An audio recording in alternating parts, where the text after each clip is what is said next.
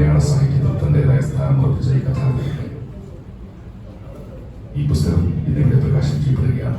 ചടങ്ങിന് സ്വാഗതം ആശംസിക്കുന്നു. മാതൃമൂസിന്റെ പ്രസാദന വിഭാഗത്തിന്റെ സാരഥ്യം വഹിക്കുന്ന നൗഷാദ് കെ. വലിയ ശബ്ദത്തിന്റെ ഇടയിൽ എൻ്റെ ഈ ചെറിയ ശബ്ദം അത്ര ഉഷാറല്ലാത്തതുകൊണ്ട് ഞാൻ ചെറിയ വാക്കുകളിൽ സ്വാഗതം പറയാം. പിന്നെ തന്നെ ഓരോരുത്തരെയായിട്ട് നന്നായിട്ട് പരിചയപ്പെടുത്തും. അതുകൊണ്ട് ഞാൻ ഒരു ഔപചാരികമായ സ്വാഗതം മാത്രമേ പറയുന്നുള്ളൂ. മാതൃഭൂമി പ്രൊഫസർ പ്രസിദ്ധീകരിച്ച KP രാമൻപിള്ളയുടെ ഹൈന്ദവം എന്ന പുസ്തകത്തിലെ പ്രകാശന കർമ്മമാണ് ഇവിടെ നടക്കുന്നത്. മാതൃഭൂമിയുടെ 100 വർഷത്തിന്റെ ഭാഗമായി ഞങ്ങൾ 100 പുസ്തകങ്ങൾ പ്രസിദ്ധീകരിക്കുകയാണ്. അതിലൊരു പുസ്തകമാണ് ഹൈന്ദവം.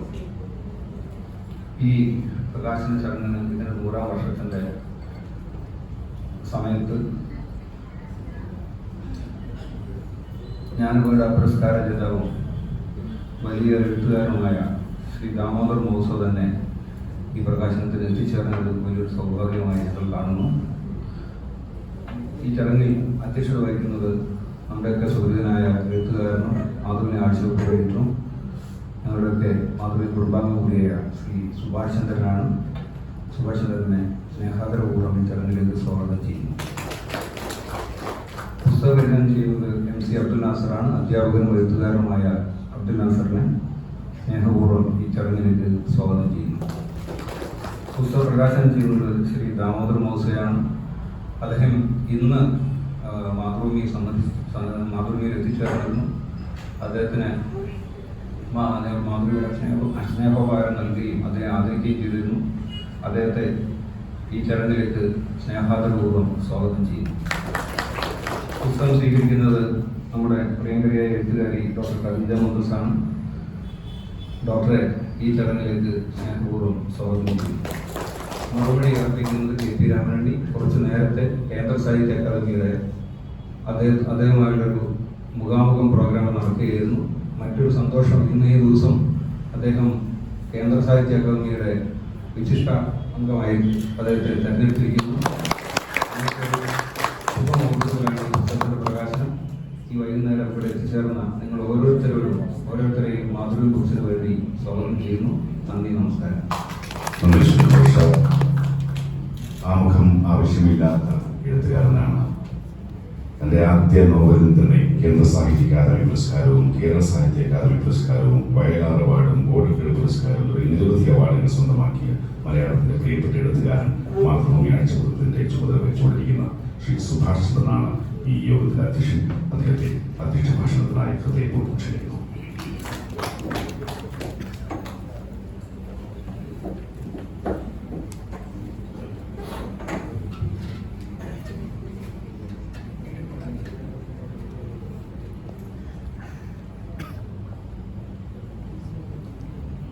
നമസ്കാരം. ഇന്ത്യയിലെ വലിയൊരു എഴുത്തുകാരൻ സന്നിഹിതനായിട്ടുള്ള ഒരു സാംസ്കാരിക സായാഹ്നമാണ് ഇത്. ഇന്ത്യയിലെ എഴുത്തിന് മുമ്പില്ലാത്ത തരത്തിലുള്ള സാംസ്കാരിക സന്ധിഗ്ധതകളുള്ള ഒരു കാലവുമാണ് ഇത്. ശ്രീ ദാമോദർ മൗസോ തന്നെ തന്റെ ആശയപ്രകാശനത്തിന് ചില വിഭാഗങ്ങളിൽ നിന്ന് ഭീഷണി നേരിടുന്ന ആളാണ് നമ്മൾ പത്രങ്ങളിൽ വായിച്ചു. ഇന്നിവിടെ പ്രകാശനം ചെയ്യാൻ പോകുന്ന പുസ്തകത്തിന്റെ പേര് ഹൈന്ദവം എന്നാണ്. ഹൈന്ദവം എന്ന വാക്ക് സഹസ്രാബ്ദങ്ങളായി വലിയ അർത്ഥവിവക്ഷകൾ ഉള്ളതാണെങ്കിൽ പോലും സമകാലീനമായ സാഹചര്യങ്ങളിൽ ഇതിന് മറ്റു ചില അർത്ഥവിവക്ഷകൾ കൂടി വന്നു ചേർന്നിട്ടുള്ള കാര്യം നമുക്ക് എല്ലാവർക്കും അറിയാം. അതുകൊണ്ട് തന്നെ വളരെ ജാഗ്രതയോടെ കരുതലോടെ മാത്രം പ്രയോഗിക്കാൻ പറ്റുന്ന ആ പദം 9 ചെറുകഥകളടങ്ങിയ തന്റെ പുസ്തകത്തിന്റെ ശീർഷകമായി നൽകുന്നതിൽ ശ്രീരാമനുണ്ണി, എന്റെ ജ്യേഷ്ഠ സുഹൃത്തായ രാമനുണ്ണി, തന്റെ സർഗസാധ്യതകളെ സംബന്ധിക്കുന്ന ഒരു പുതിയ പ്രകാശനം കൂടി നിർവഹിക്കണം. കേവലം ഒരു പുസ്തകത്തിന്റെ പ്രകാശനം മാത്രമല്ല, ഇന്ത്യ എന്ന് പറയുന്ന രാജ്യം ഭാവനകളുടെയും കൽപ്പനകളുടെയും രാജ്യമാണ്. 33 കോടി ദൈവങ്ങളെ നമ്മൾ സങ്കല്പം കൊണ്ട് സൃഷ്ടിച്ചു. മഹിതരായിട്ടുള്ള കവികൾ, കഥാകാരന്മാർ തങ്ങളുടെ ധ്യാനത്തിൽ സ്ഫുടം ചെയ്തെടുത്ത ആശയങ്ങളെ ദേവന്മാരും ദേവതകളുമായിട്ട് ചിത്രീകരിച്ചു. ആ ദേവന്മാരും ദേവതകളും പിൽക്കാലത്ത് അതിൻ്റെ ജനതയെ രക്ഷിക്കുക മാത്രമല്ല ശിക്ഷിക്കുകയും ചെയ്യുന്ന ചരിത്രമാണ് ഇന്ത്യയുടെ ചരിത്രം എന്ന് പൊതുവിൽ സംഗ്രഹിക്കുക. ഷെർലക് ഹോംസിന് ലണ്ടനിൽ വീടുണ്ട് എന്നറിഞ്ഞ് നമ്മൾ ആശ്ചര്യചകിതരാകാറുണ്ട്. ക്രിസ്മസാണ് വരുന്ന ക്രിസ്മസ് അപ്പൂപ്പന് മഞ്ഞ് നിറഞ്ഞ ധ്രുവപ്രദേശത്ത് ആ അഡ്രസ്സിൽ ഇപ്പോഴും കത്തുകളും സമ്മാനങ്ങളും എത്തിക്കൊണ്ടേയിരിക്കുന്നു, ആയിരക്കണക്കിന് എന്നറിഞ്ഞ് നമ്മൾ വിസ്മരിക്കാറുണ്ട്. പക്ഷേ ഇന്ത്യയുടെ സ്ഥിതിയോ ഗംഭീരന്മാരായ കവികൾ സൃഷ്ടിച്ച ആയിരക്കണക്കിന് സങ്കല്പ കഥാപാത്രങ്ങളെ നമ്മൾ ക്ഷേത്രങ്ങളിൽ പ്രതിഷ്ഠിച്ച് അവരെ ദൈവങ്ങൾ മാത്രമായി തരം താഴ്ത്തുകയാണ് ചെയ്യുന്നത്. സർഗഭാവനയിൽ വിടരുന്ന അത്യുത്കൃഷ്ടരായിട്ടുള്ള കഥാപാത്രങ്ങളെ ദൈവങ്ങളായി, ഞാൻ ആ വാക്ക് മനഃപൂർവ്വം ഉപയോഗിക്കുന്ന ദൈവങ്ങളായി തരം താഴ്ത്തുകയാണ് നമ്മൾ ചെയ്യുന്നത്. ഈ പുസ്തകത്തിന്റെ ആമുഖത്തിൽ എം കെ സാനു മാസ്റ്റർ രാമനയുടെ സർഗസബരിയെ കൃത്യമായി നിരീക്ഷിക്കുന്നു. രാമനുണ്ണി ദൈവങ്ങളെ മനുഷ്യത്വത്തിലേക്ക് തിരിച്ചിറക്കി കൊണ്ടുവന്നു എന്നാണ്. നാരായണ ഗുരുവിന്റെ പ്രസിദ്ധമായ ശ്ലോകമുണ്ടല്ലോ, അതിൽ അവനവന് ആത്മസുഖത്തിന് ആചരിക്കുന്നവ അവന് സുഖത്തിനായി വരേണം എന്ന ഭാഗത്ത് ആ ആത്മസുഖം എന്ന പദം ഇനിയും വേണ്ടത്ര നമ്മൾ നിർദ്ധാരണം ചെയ്തിട്ടില്ല എന്നൊരു തോന്നൽ എനിക്ക് എപ്പോഴും ഉണ്ടായിട്ടുണ്ട്. സുഖം എന്ന വാക്കുകൊണ്ട് മാത്രം ആ ശ്ലോകത്തിൽ കഴിക്കാമായിരുന്നെങ്കിൽ പോലും അദ്ദേഹം ആത്മസുഖം എന്ന് പറഞ്ഞത് ചിന്തനീയമാണ് എന്ന് ഞാൻ കരുതുന്നു. ആത്മസുഖം ആത്മാവിന്റെ സുഖം ആണ് എങ്കിൽ ആത്മസുഖം മതസുഖമാണ്. മതം നൽകുന്ന സൗഖ്യം ആണ് ഗുരു ആത്മസുഖം എന്ന് പ്രത്യേകം പരാമർശിച്ചത് എന്ന് ഞാൻ എപ്പോഴും അത് വായിക്കുമ്പോൾ വിചാരിക്കാറുണ്ട്. അവനവന് ആത്മസുഖം നൽകുന്നത് അപ്പോൾ മതമായി തീരുന്നു, മതത്തിന്റെ സുരക്ഷയായി തീരുന്നു, മതത്തിന്റെ സുഖം മതസൗഖ്യമായി തീരുന്നു. അതാണ് അവരുടെ കൂടി സുഖത്തിനായി വരേണം എന്ന് അദ്ദേഹം ജാതിയും മതവും വേണ്ട എന്ന് ഉദ്ഘോഷിച്ച ആ വിശ്വമാനവൻ ബോധപൂർവം ആത്മസുഖം എന്ന പദം കൊണ്ട് ഉദ്ദേശിച്ചത് എന്ന് വ്യാഖ്യാനിക്കാനാണ് എനിക്കിഷ്ടം.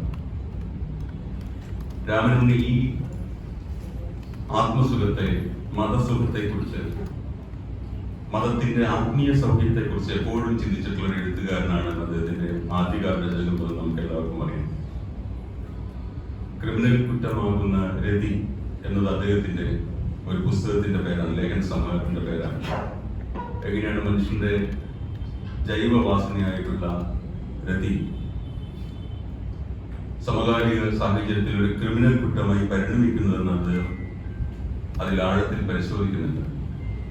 ക്രിമിനൽ കുറ്റമാകുന്ന മതബോധം എന്ന് വേണമെങ്കിൽ ഈ 9 കഥകൾ അടങ്ങിയ ഈ സമാഹാരത്തിനെ മാറ്റി പുനർനാമകരണം നമുക്ക് ചെയ്യാവുന്നതാണ്. മതബോധവും രതിബോധവും അദ്ദേഹത്തിന്റെ കഥകളിലും നോവലുകളിലും നിർണായകമായിട്ടുള്ള പങ്കുവഹിക്കുന്ന 2 വിഷയങ്ങളാണ് എന്ന് നിരീക്ഷിക്കുന്നവർക്ക് മനസ്സിലാകും.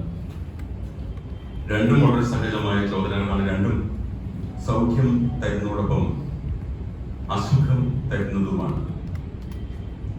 ഈ ഒരു തോന്നൽ ലോകത്തിലെ പല എഴുത്തുകാർക്കും ഉണ്ട്. നിക്കോസ് കസാൻസാക്കിസിന്റെ പ്രധാനപ്പെട്ട 2 വിഷയങ്ങൾ ദൈവവും പ്രണയവുമാണ് എന്ന് നമുക്കറിയാം.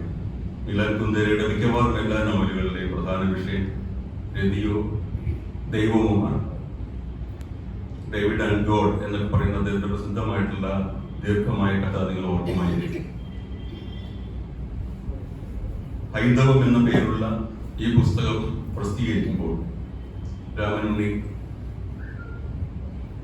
സ്ത്രീയും പുരുഷനും എന്നതുപോലെ പരസ്പരം പൂരകമാകേണ്ടുന്ന വ്യത്യസ്ത മതധാരകൾ എന്തുകൊണ്ടാണ് വൈരാഗ്യത്തിൽ ഏർപ്പെടുന്നത് എന്ന് അന്വേഷിക്കുകയാണ്.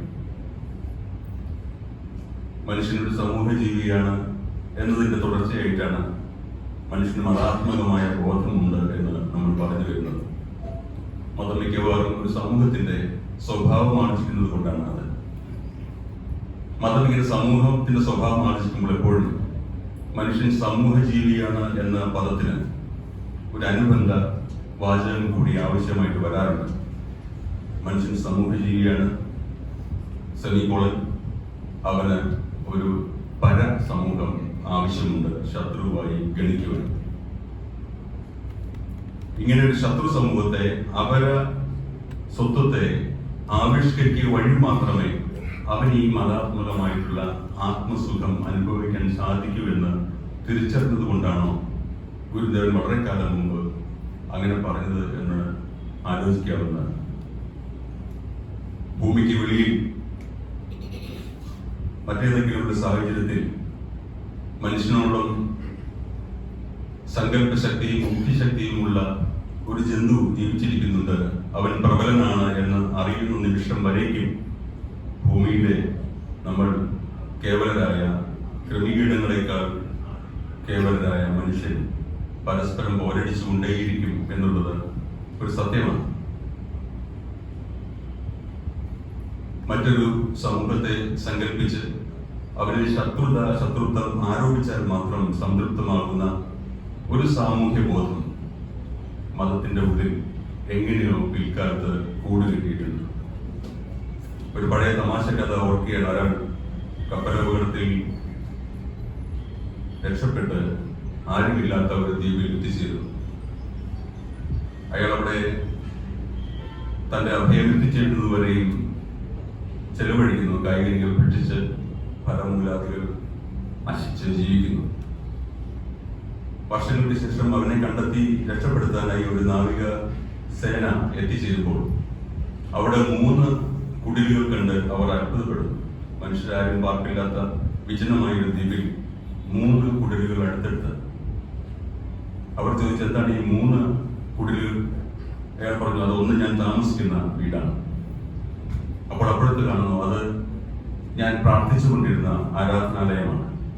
അപ്പൊ അതിനപ്പുറത്ത് പുതുതായിട്ട് കാണുന്നു അത് ഞാൻ ഇപ്പോൾ പോയിക്കൊണ്ടിരിക്കുന്ന ആരാധനാലയമാണ്. അവൻ എല്ലാ മതത്തിനും സൃഷ്ടിച്ച ആദ്യം കെട്ടിയ ആരാധനാലയത്തിൽ ഒറ്റയ്ക്ക് പ്രാർത്ഥിച്ചുകൊണ്ടിരുന്ന അവൻ അതുകൊണ്ട് കലഹിക്കുകയും പുതിയ ഒരു ആരാധനാലയം സ്വയം ഒറ്റയ്ക്ക് കെട്ടിപ്പടുക്കുകയും ചെയ്യുന്നു എന്നുള്ള ഐറണി, കഴിക്കുന്ന ഭരിതം എന്ന് പറഞ്ഞ ഐറണി മനുഷ്യ ജീവിതത്തിൽ ഉള്ളടങ്ങിയിട്ടുണ്ട്. ഈ ഒരു പുസ്തകത്തിൽ 9 കഥകളിലൂടെ, അത് 9 ആയതുകൊണ്ട് നവരത്നം എന്നോ മറ്റോ വിശേഷിപ്പിക്കുന്നതിനായി നല്ലത് നവധാന്യം എന്ന് വിശേഷിപ്പിക്കുന്നതാണെന്ന് ഞാൻ കരുതുന്നു. കാരണം എഴുത്തുകാരുടെ കഥകൾ, സങ്കല്പങ്ങൾ പിൽക്കാലത്ത് മുളച്ചു പൊന്താനുള്ളവയാണ് എന്നതിന് ഇന്ത്യയിലെ ആദ്യത്തെ കഥയായിട്ടുള്ള വാൽമീകിയുടെ രാമായണം അങ്ങനെ വ്യക്തിന്റെ സങ്കല്പത്തിൽ നിന്ന് ഉരുവായതാണെന്ന് നരവംശാസ്ത്രജ്ഞന്മാർ വ്യാഖ്യാനിച്ച് വിശേഷിപ്പിച്ച് നിങ്ങൾ അറിഞ്ഞിട്ടുണ്ടാകും. രവിയുടെ കുലത്തിൽ പെടുന്ന സൂര്യനും ഭൂമിയിലെ ഒരു വിത്തും ഒരു ധാന്യ വിത്തും തമ്മിലുള്ള സ്നേഹത്തിന്റെയും വിയോഗത്തിന്റെയും കഥയാണ് വാൽമീകി എന്ന് പറഞ്ഞ ഋഷി രാമായണമാക്കി എഴുതിയത് എന്ന് അവർ പറയുന്നു. സിതം എന്നാൽ മണ്ണ് എന്നാണ് അർത്ഥം. സീത എന്നാൽ മണ്ണിൽ പിറക്കുന്നത് വിത്ത് എന്ന് തന്നെ അർത്ഥം. രാമൻ രവികുല വംശജനാണ്, സൂര്യവംശജനാണ്. രാമൻ സൂര്യൻ എന്ന് തന്നെ അർത്ഥം. രാമനുമായി വേട്ടാൽ മാത്രം സന്തതി ഉത്പാദനം നടത്തുന്ന ഈ വിത്ത് വർഷകാലത്തിൽ മുഴുവൻ മഴവെള്ളത്തിൽ അകപ്പെടുന്ന കഥയെയാണ് അരികരിക്കലായിട്ട് സാരോപദേശ അന്യാപദേശ രീതിയിൽ രാമായണമാക്കി പരിവർത്തിപ്പിച്ചതെന്നാണ് ഒരു വാദം. വെള്ളത്താൽ മൂടപ്പെട്ട് കിടക്കുന്ന വർഷകാല സന്ദർഭത്തെ ലങ്ക എന്ന് പറയുന്ന ചുറ്റും വെള്ളമുള്ള ഒരു ദ്വീപിന് നടുക്ക് കഴിയുന്ന സീതയാക്കി ഒരു മഹാകവി സങ്കല്പിക്കുന്നു. വർഷകാലം അതിനെ ആക്രമിച്ച് കീഴടക്കുമോ എന്ന് ഭയപ്പെടുന്നു. രാവണൻ എന്ന വാക്കിന്റെ അർത്ഥം ധാരാളമായി രവം ഉൽപ്പാദിപ്പിക്കുന്നവൻ, ധാരാളമായി ശബ്ദിക്കുന്നവൻ എന്നാണ്. അത് മഴക്കാലത്തിന്റെ പര്യായമാണ്. രാവണന്റെ അനുജനായിട്ടുള്ള കുംഭകർണൻ 6 മാസം ഉണർന്നിരിക്കുന്നവനും 6 മാസം ഉറങ്ങുന്നവനുമാണ്. അത് മഴക്കാലത്തിന്റെ സ്വഭാവമാണ്. തകർത്തു പോവുകയും പിന്നെ അടങ്ങിയിരിക്കുകയും ചെയ്യുക. രാവണന്റെ മകനായിട്ടുള്ള ഈ ഇന്ദ്രജിത്തിന് മേഘനാഥൻ എന്ന പേര് കൂടിയുണ്ട് എന്നോർത്ത്. മേഘനാഥൻ എന്നാൽ ഇടിവെട്ടി ശബ്ദിക്കുന്നവനാണ്, മഴക്കാലത്തിന്റെ മറ്റൊരു സേനാംഗമാണ്. ഇങ്ങനെ ഈ മഴക്കാലത്തിന്റെ സൈന്യവുമായി രവിയുടെ സൂര്യന്റെ സൈന്യം നടത്തുന്ന യുദ്ധത്തിൽ നിന്ന് വെള്ളത്തിൽ മുങ്ങിക്കിടക്കുന്ന ഈ സിതത്തിന്റെ സന്തതിയെ, സീതയെ വീണ്ടെടുക്കുന്ന കഥയാണ് രാമായണം. അത് വാൽമീകിക്കും എത്രയോ മുമ്പ് നാട്ടിൻപുറങ്ങളിൽ കൃഷിശീലമാക്കിയ ഇന്ത്യൻ ജനതയുടെ ആദിമബോധത്തിൽ ഉറങ്ങിക്കിടന്ന ഒരു കഥയായിരിക്കും എന്നാണ് അവർ പറയുന്നത്. അങ്ങനെ വിത്തിനെ വീണ്ടെടുക്കുന്നു. രവിയുമായിട്ടുള്ള, സൂര്യനുമായിട്ടുള്ള, രാമനുമായിട്ടുള്ള സംയോഗം വീണ്ടും സാധ്യമാകുന്നു. അതിൽ നിന്ന് 2 ദളങ്ങൾ, 2 ഇലകൾ മുളയ്ക്കുന്നു. ലവനും കുശനും. ബോട്ടണി പഠിച്ചവർക്കറിയാം, മോണോകോട്ടിലിഡൻ, ഡൈകോട്ടിലിഡൻ എന്നൊക്കെ പറഞ്ഞിട്ടാണ് അതിനെ വിശേഷിപ്പിക്കുക. ഒറ്റ ഇതളുകളായിട്ട് വിരിയുന്ന, ഒറ്റ ശാഖകളായി തിരിയുന്ന സസ്യങ്ങളെ മോണോകോട്ടിലിഡൻ എന്നാണ് പറയുന്നത്. ഡൈകോട്ടിലിഡൻ എന്ന് വെച്ചാൽ ഒപ്പം 2 ശാഖകളൊപ്പം മുളച്ച് വിട്ട് സസ്യ ശൈലിക്കാണ് ഡൈകോട്ടിലിഡൻ എന്ന് പറയും. ലവനും കുശനും എന്ന് പറയുന്ന ഇരട്ട കുഞ്ഞുങ്ങളെ പേർന്ന സീത, ഈ വിത്ത്. അപ്പോൾ അതിന്റെ ആ കഥയുടെ തുടർച്ച തന്നെയാവുന്നു എന്നാണ് അവർ പറയുന്നത്. ഇതൊരു സാധ്യത മാത്രമാണ്. പക്ഷേ രാമായണത്തെ എടുത്ത് അതിൽ ഇങ്ങനെയൊരു സാധ്യതാ സങ്കല്പം ആരോപിച്ചാൽ ഈ നരവംശാസ്ത്രജ്ഞൻ ആരുമായിക്കൊള്ളട്ടെ, അദ്ദേഹവും ഒരു ക്രിയേറ്റിവിറ്റി, സർഗാത്മകത പ്രദർശിപ്പിക്കുകയായിരുന്നിരിക്കാം. മറിച്ച് വിത്തിന്റെ കഥയെ കാർഷിക വൃത്തിയെ ഇന്ത്യൻ ഇതിഹാസമാക്കി മാറ്റി എഴുതിയ വാൽമീകിയും അഭൂമം എന്ന് തന്നെ വിശേഷിപ്പിക്കാവുന്ന ഒരു സർഗാത്മക സിദ്ധി പ്രകടിപ്പിച്ചതാവാം. ഏതായാലും ഈ 9 കഥകൾ മലയാളത്തിൽ ഇങ്ങനെ ഹൈന്ദവം എന്ന പേരിൽ ചേർത്ത് കെട്ടുമ്പോൾ ഇന്ത്യൻ എഴുത്തുകാരന്റെ ദുരവസ്ഥയെ കൂടി അത് പ്രതിനിധീകരിക്കുന്നുണ്ട്. തങ്ങൾ സങ്കല്പിച്ചുണ്ടാക്കിയ, തങ്ങൾ കെട്ടിയുണ്ടാക്കിയ മനുഷ്യ നന്മയ്ക്ക് വേണ്ടി, മനുഷ്യ സംസ്കാരത്തിന് വേണ്ടിയും സൃഷ്ടിച്ച കഥാപാത്രങ്ങളെയും കഥാസന്ദർഭങ്ങളെയും മനുഷ്യൻ എങ്ങനെയാണ് ദുഷിച്ച രീതിയിൽ തങ്ങളുടെ ജീവിതത്തിൽ കൊണ്ടുവരുന്നത് എന്ന് ഇന്ത്യയുടെ ജീവിതം പരിശോധിച്ചാൽ നമുക്ക് മനസ്സിലാക്കാൻ സാധിക്കും. ഇത് വാൽമീകിക്ക് സന്തോഷമുണ്ടാക്കുന്ന ഒരു കാര്യമായിരിക്കുകയില്ല. രാമനുണ്ണി, ഞാനും അടക്കമുള്ള ശ്രീ ദാമോദർ മൗസോ അടക്കമുള്ള എഴുത്തുകാർക്ക് സന്തോഷമുണ്ടായിരിക്കുന്ന ഒരു കാര്യമായിരിക്കുകയില്ല. മൗസോ തന്നെ ഗോവയിൽ ഒരു സംഘടനയുടെ വധഭീഷണി അതിജീവിച്ചിട്ടുള്ള ഒരാളാണ് എന്ന് നിങ്ങൾക്ക് എല്ലാവർക്കും അറിയും. അത് വളരെ പ്രധാനപ്പെട്ട ഡിസന്റിന്റെ, വിയോജനത്തിന്റെ, എതിർപ്പിന്റെ ശബ്ദമുയർത്താൻ ശക്തിയുള്ളവർ മാത്രം നേരിടുന്ന ഒരു സവിശേഷ പ്രതിസന്ധിയാണ് എന്നും നമുക്ക് എല്ലാവർക്കും അറിയാം. ഈ സന്ധ്യ സ്നേഹത്തിന്റെ ഭാഷയിൽ രാമനുണ്ണി ഈ വിയോജനം രേഖപ്പെടുത്തുന്ന സന്ധ്യയാണ്. അതിലെ ഹൈന്ദവം എന്ന കഥ, ഗ്രന്ഥനാമത്തിന് ഉതകിയിരിക്കുന്ന ഹൈന്ദവം എന്ന കഥ പറയുന്നതാണ്. വിയോജിപ്പുകളെ എതിർപ്പിന്റെ സ്വരത്തിൽ അല്ലാതെ സ്വന്തം മതം നൽകുന്ന ആന്തരിക വെളിച്ചത്തിൽ അതിന്റെ പരസ്പര പൂരകത്വത്തെ മനസ്സിലാക്കുന്ന ഒരു കഥാസന്ദർഭത്തിലാണ് രാമനുടെ ഹൈന്ദവം എന്ന കഥ അവസാനിക്കുന്നത്. ഞാൻ ഹിന്ദുവാണ്, ഞാൻ ഹിന്ദുവാണ്, ഞാൻ ഹിന്ദുവാണ് എന്ന ആവർത്തിച്ചുള്ള മന്ത്രോച്ചാരണം പോലെ ശക്തമായിട്ടുള്ള ബോധ്യത്തിലാണ് ആ കഥ അവസാനിക്കുന്നത്. പക്ഷേ യഥാർത്ഥ ഹിന്ദുവാണ് ഞാൻ, ഇതര മതങ്ങളെ സമാശ്ലേഷിക്കുവാൻ കെൽപ്പുള്ളവനായി തീരുമ്പോഴാണ് ഞാൻ യഥാർത്ഥ ഹിന്ദുവായി തീരുന്നത് എന്ന ബോധം ആ കഥയിൽ അദ്ദേഹം ഒരു പ്രകാശകിരണം പോലെ ഒളിച്ചേർത്തിരിക്കുന്നത് നമുക്ക് കാണാൻ സാധിക്കും. ഈ സന്ധ്യയിൽ അധ്യക്ഷൻ എന്ന നിലയ്ക്ക് കൂടുതലൊന്നും പറയാനില്ല. ദാമോദർ മൗസോയുടെ കൃതി മലയാളത്തിൽ പ്രകാശനം ചെയ്യാനുള്ള ഭാഗ്യം ഉണ്ടായ ഒരു പത്രാധിപരാണ് ഞാൻ. മാതൃഭൂമി ആഴ്ചപ്പതിപ്പ് വളരെ കാലങ്ങൾക്ക് ശേഷം അതിന്റെ റിപ്പബ്ലിക് പതിപ്പ് ബഹുസ്വരതയുടെ അടയാളം, ഒരു മുദ്ര എന്ന നിലയ്ക്ക് ഞങ്ങൾ വീണ്ടും ഇന്ത്യയിലെ ഇതര ഭാഷകളിലെ കഥകളും കവിതകളും കൂട്ടിത്തുന്നി റിപ്പബ്ലിക് പതിപ്പ് പുനരാരംഭിച്ചപ്പോൾ, അതും കഴിഞ്ഞ വർഷം 90 വർഷം കഴിഞ്ഞ മാതൃഭൂമി ആഴ്ചപ്പതിപ്പിന്റെ നവലി പതിപ്പ് റിപ്പബ്ലിക് പതിപ്പും ചേർത്ത് തുന്നി ഒന്നിച്ച് പുറത്തിറക്കിയപ്പോൾ അതില് അപ്പോൾ മാത്രം ജ്ഞാനപീഠ പുരസ്കൃതനായ അദ്ദേഹത്തിന്റെ ഒരു കഥ വിവർത്തന രൂപത്തിൽ പ്രസിദ്ധീകരിക്കുവാനുള്ള അവസരം, ഭാഗ്യം എനിക്ക് കൈവന്നിരുന്നു. നമ്മുടെ ഇടയിൽ അധികം ശ്രദ്ധ ചെലുത്താതെ പതുങ്ങിയിരിക്കുകയും എന്നാൽ വലിയ തോതിൽ സാംസ്കാരിക സംഭാവനകൾ നൽകിയിരുന്ന ഡോക്ടർ ആർ സുവാണ്. അദ്ദേഹം ഈ സദസ്സിലുണ്ട്.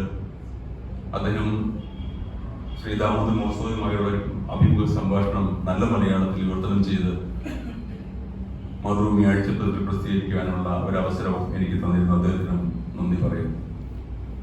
ഇങ്ങനെ വളരെ മൗനമായിട്ടാണെങ്കിലും ഈ സാംസ്കാരിക സമസ്യകളോട് സഫലമായിട്ട് പ്രതികരിക്കുവാനും സൗമ്യമായിട്ടാണെങ്കിലും വിയോജനം രേഖപ്പെടുത്തുവാനും അതിന് എടുക്കേണ്ട നിലപാട് കൃത്യമായി എടുക്കുവാനും കെൽപ്പുള്ളവരാണ് മലയാളികൾ എന്ന് ഇതിനകം നമ്മുടെ വരേണ്യനായ എഴുത്തുകാരൻ മനസ്സിലാക്കിയിരിക്കും എന്ന് എനിക്ക് ഉറപ്പുണ്ട്. കൽപ്പന എന്ന വാക്കിനെ കുറിച്ച് ഓർമ്മിച്ചുകൊണ്ട് ഞാൻ ഈ വാക്കുകൾ അവസാനിപ്പിക്കും. മലയാളത്തിൽ മാത്രം കൽപ്പന എന്ന വാക്കിന് രണ്ടർത്ഥമുണ്ട്. അധികാരത്തിന്റെ സ്വരമായിട്ടുള്ള കൽപ്പന, നമ്മൾ തീട്ടൂരം എന്ന് വിളിക്കുന്ന രാജശാസനം എന്ന് പണ്ട് പറഞ്ഞിരുന്ന കൽപ്പന, രാജകൽപ്പന എന്ന അർത്ഥത്തിലുള്ളൂ. മലയാളം ആ പദത്തിന് ഉപയോഗിക്കുന്ന മറ്റൊരർത്ഥം കൽപ്പിക്കുവാനുള്ള ശക്തി, സങ്കല്പശക്തി, വിഭാവനം ചെയ്യുവാനുള്ള ശക്തി, സർഗശക്തി എന്നാണ്. കൽപ്പന, വൈഭവം. ഈ ഒരൊറ്റ പദത്തിൽ അധികാരത്തിന്റെ അർത്ഥത്തെയും സർഗാത്മകതയുടെ അർത്ഥത്തെയും നിബന്ധിച്ച കാലത്തിന് നമസ്കാരം.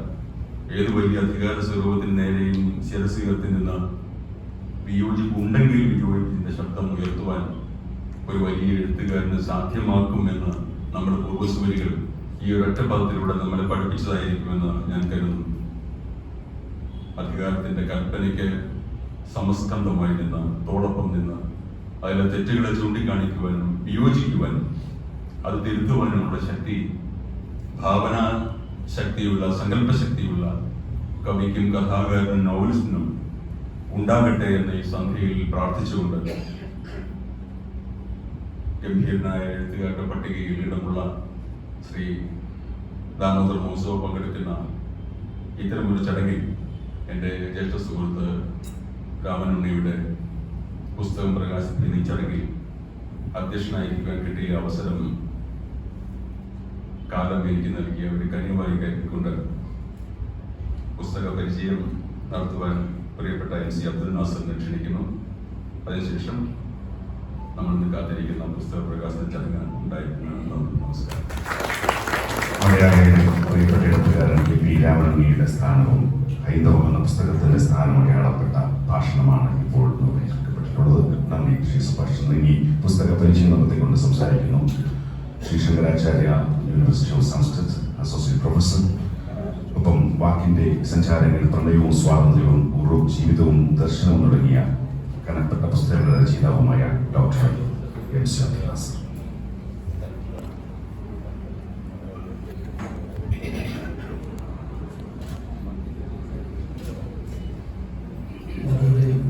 വലിയ എഴുത്തുകാർ നിലനിരിക്കുന്ന ഈ പ്രൗഢമായ സദസ്സ് എല്ലാവരെയും അഭിവാദ്യം ചെയ്യും.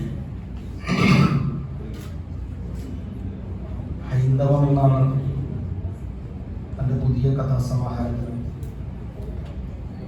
ശ്രീ KP രാമനുണ്ണി പേരിട്ടിരിക്കുന്നത്. ഈ പേര് ഓർമ്മിപ്പിക്കുന്ന മറ്റൊരു കൃതി മലയാളത്തിൽ ദശാബ്ദങ്ങൾക്ക് മുമ്പ് വന്നിരുന്നു. യൂസഫ് അലി കേച്ചേരിയുടെ അഹൈന്ദവം എന്ന കവിത.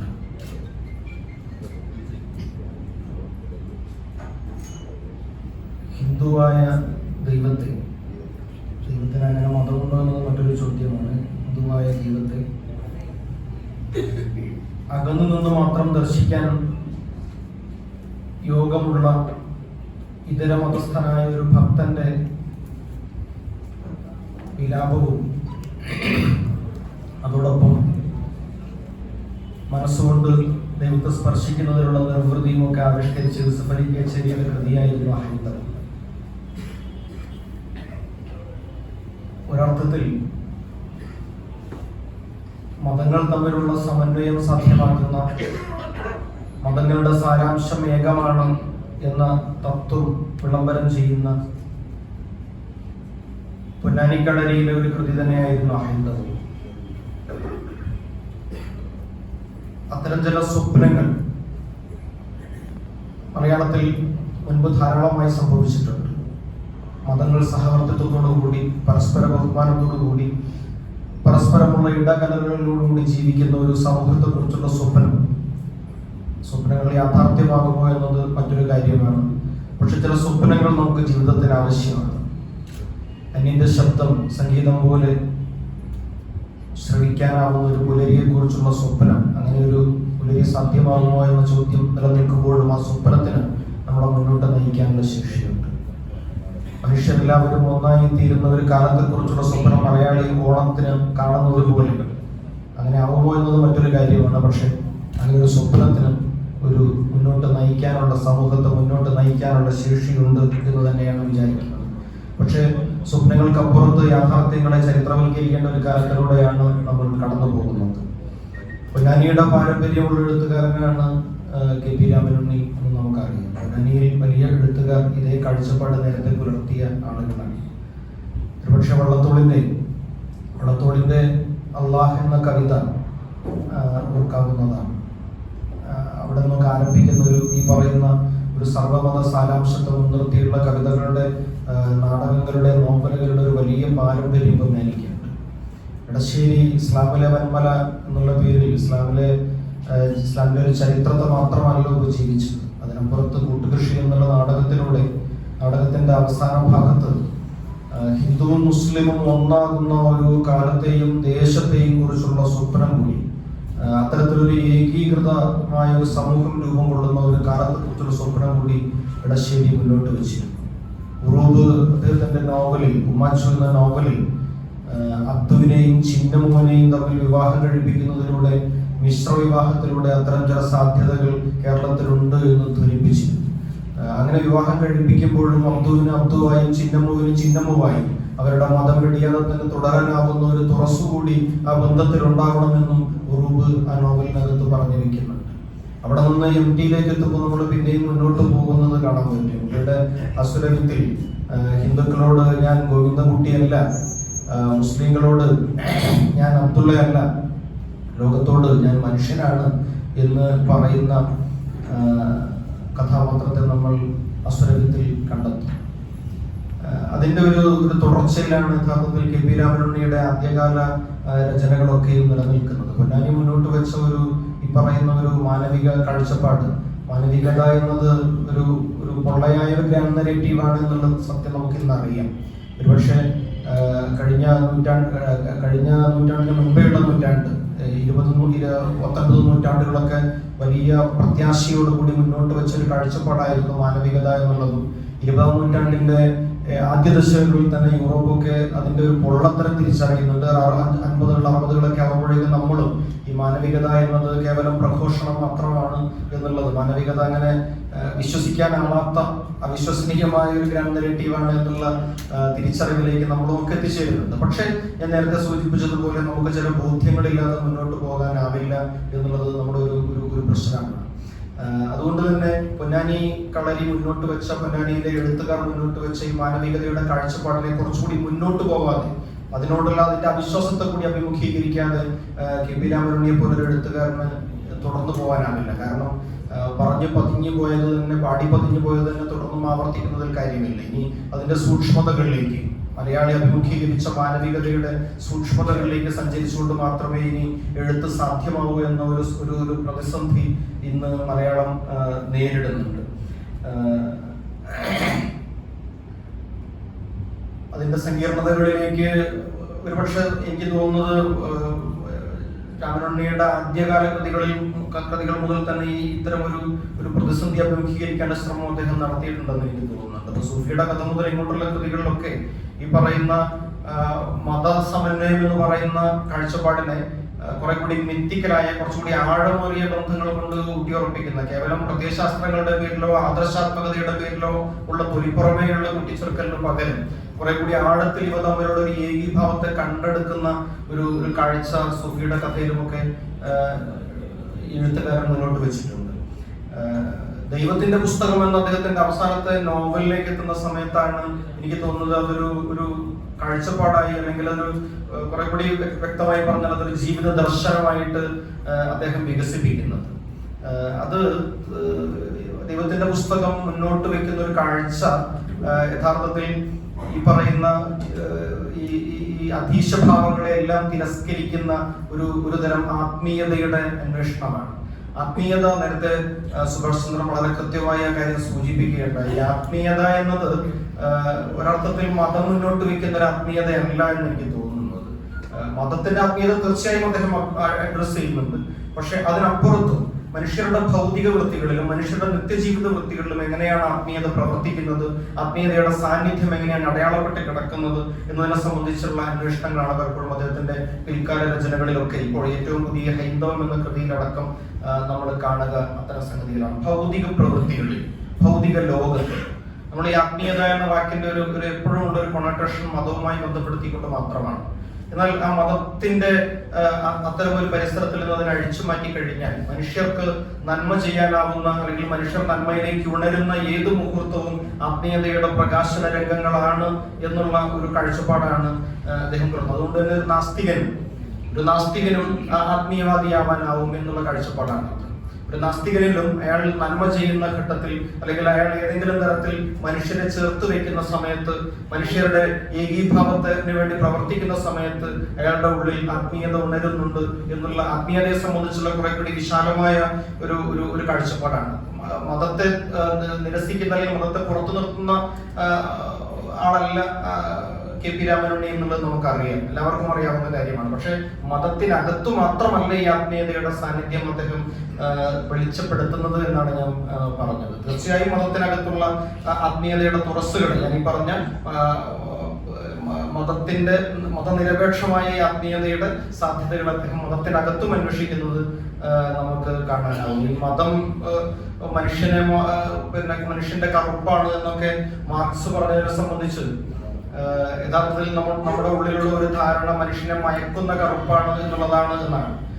പക്ഷെ അങ്ങനെയല്ല എന്നും, ഈ കറുപ്പ് എന്ന വാക്കിന്, ഒപ്പിയം എന്ന വാക്കിന് ഏഷ്യൻ രാജ്യങ്ങളിൽ മാത്രമാണ് യഥാർത്ഥത്തിൽ ഈ മയക്കുമരുന്ന്, നാർക്കോട്ടിക് ഡ്രഗ് എന്നുള്ള അർത്ഥമുള്ളതെന്നും, അല്ലാത്തടങ്ങളിൽ അത് മരുന്ന്, ഔഷധം എന്നുള്ള അർത്ഥമാണ് പാശ്ചാത്യ രാജ്യങ്ങളിൽ അതിന് ഉള്ളത് എന്നും, അതുകൊണ്ട് തന്നെ ഈ മതം മനുഷ്യന്റെ കറുപ്പാണ് എന്നും മാർക്സിന്റെ വാക്കിനെ ഏഷ്യൻ രാജ്യങ്ങളിൽ കുറെ കൂടി മറ്റൊരു രീതിയിലാണ് അത് വ്യാഖ്യാനിക്കപ്പെട്ടത് എന്നൊക്കെ ടി.ടി. ശ്രീകുമാർ ഒരു ലേഖനത്തിൽ പറയുന്നുണ്ട്.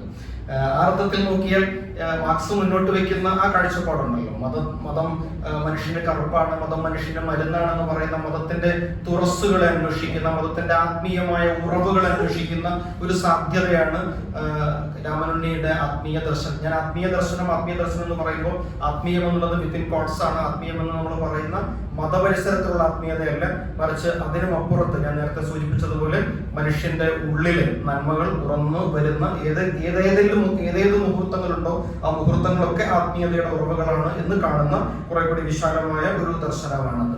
ഹൈന്ദവം എന്ന കഥയുടെ ഒടുവിൽ നേരത്തെ സുഭാഷ് ചന്ദ്രൻ വളരെ കൃത്യമായി അതിന്റെ ഒടുവിലുള്ള വാചകം എടുത്തു പറയുകയുണ്ടായി. ഞാൻ ഹിന്ദുവാണ് എന്ന് ആവർത്തിക്കുന്ന കഥാനായകനുണ്ട് അതിനകത്ത്.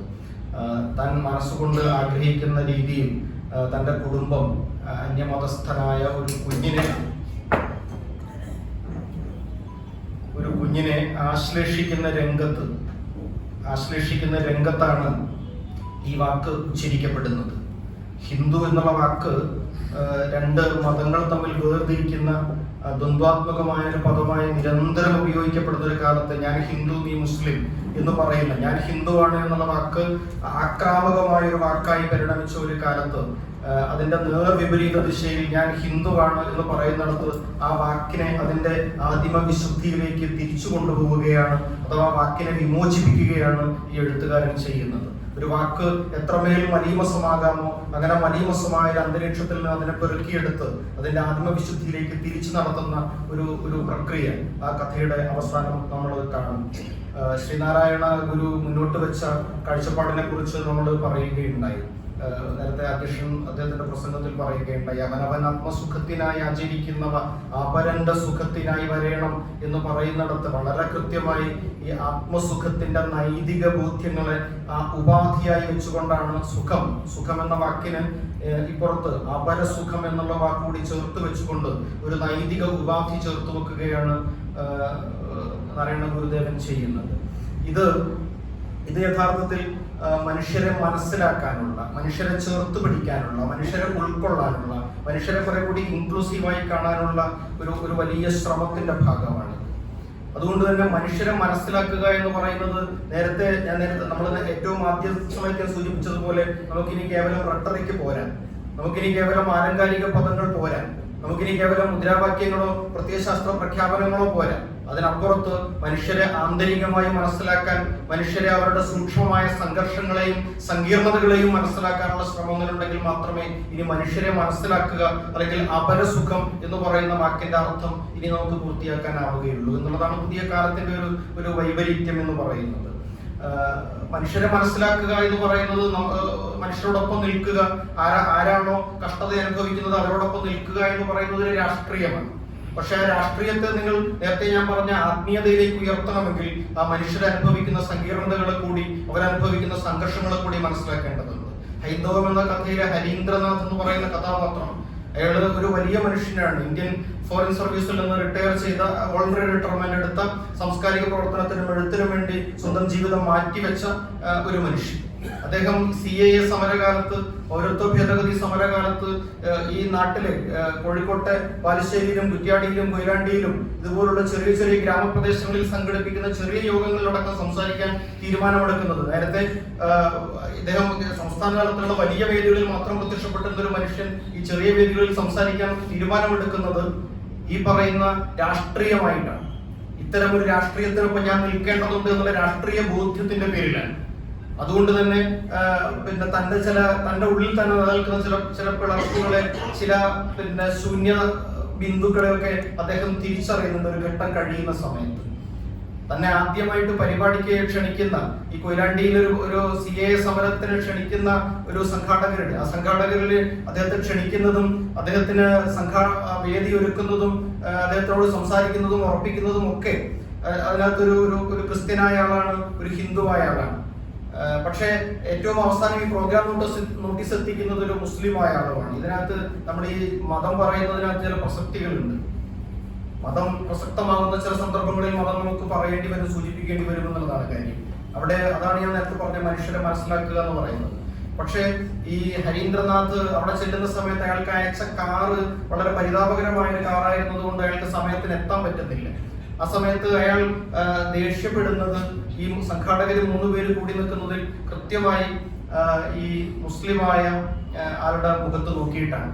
കാരണം അദ്ദേഹത്തിന് അറിയാമായിരുന്നു ഈ പറയുന്ന ആളുകളൊക്കെ അവരുടെ പേരുകളൊക്കെ നോട്ടീസിലുണ്ടെങ്കിലും, സംഘാടക സമിതി ചെയർമാനും സംഘാടക സമിതി കൺവീനറുമായി നോട്ടീസിലൊക്കെ ഉണ്ടെങ്കിലും, ആ യോഗത്തിൽ കസേര പിടിച്ചിടുന്നത് മുതൽ, ആ യോഗത്തിൽ ബാനർ കെട്ടുന്നത് മുതൽ, ആ യോഗത്തിലേക്കുള്ള ആളുകൾ എത്തിക്കുന്നത് വരെയുള്ള മുഴുവൻ കാര്യങ്ങളും ചെയ്യേണ്ടി വരിക മുസ്ലിം ആയിരിക്കും എന്നുള്ളത്. കാരണം പൗരത്വ സമര ഭേദഗതിയുടെ അടിസ്ഥാനപരമായ ഉത്തരവാദിത്വം ആ മനുഷ്യരുടെ ചുമലിലാണ് ഉണ്ടായിരുന്നത് എന്നുള്ളത്. ഇതിനർത്ഥം ബാക്കിയുള്ള ആരും ഹരീന്ദ്രനാഥോ അല്ലെങ്കിൽ അതിനകത്ത് ആ യോഗത്തിന്റെ സംഘാടകരായി നിൽക്കുന്ന മറ്റുള്ളവരോ ഈ പ്രശ്നത്തോട് അല്ലെങ്കിൽ ഈ പ്രശ്നത്തിന്റെ രാഷ്ട്രീയം മനസ്സിലാക്കാത്തവരാണെന്നല്ല.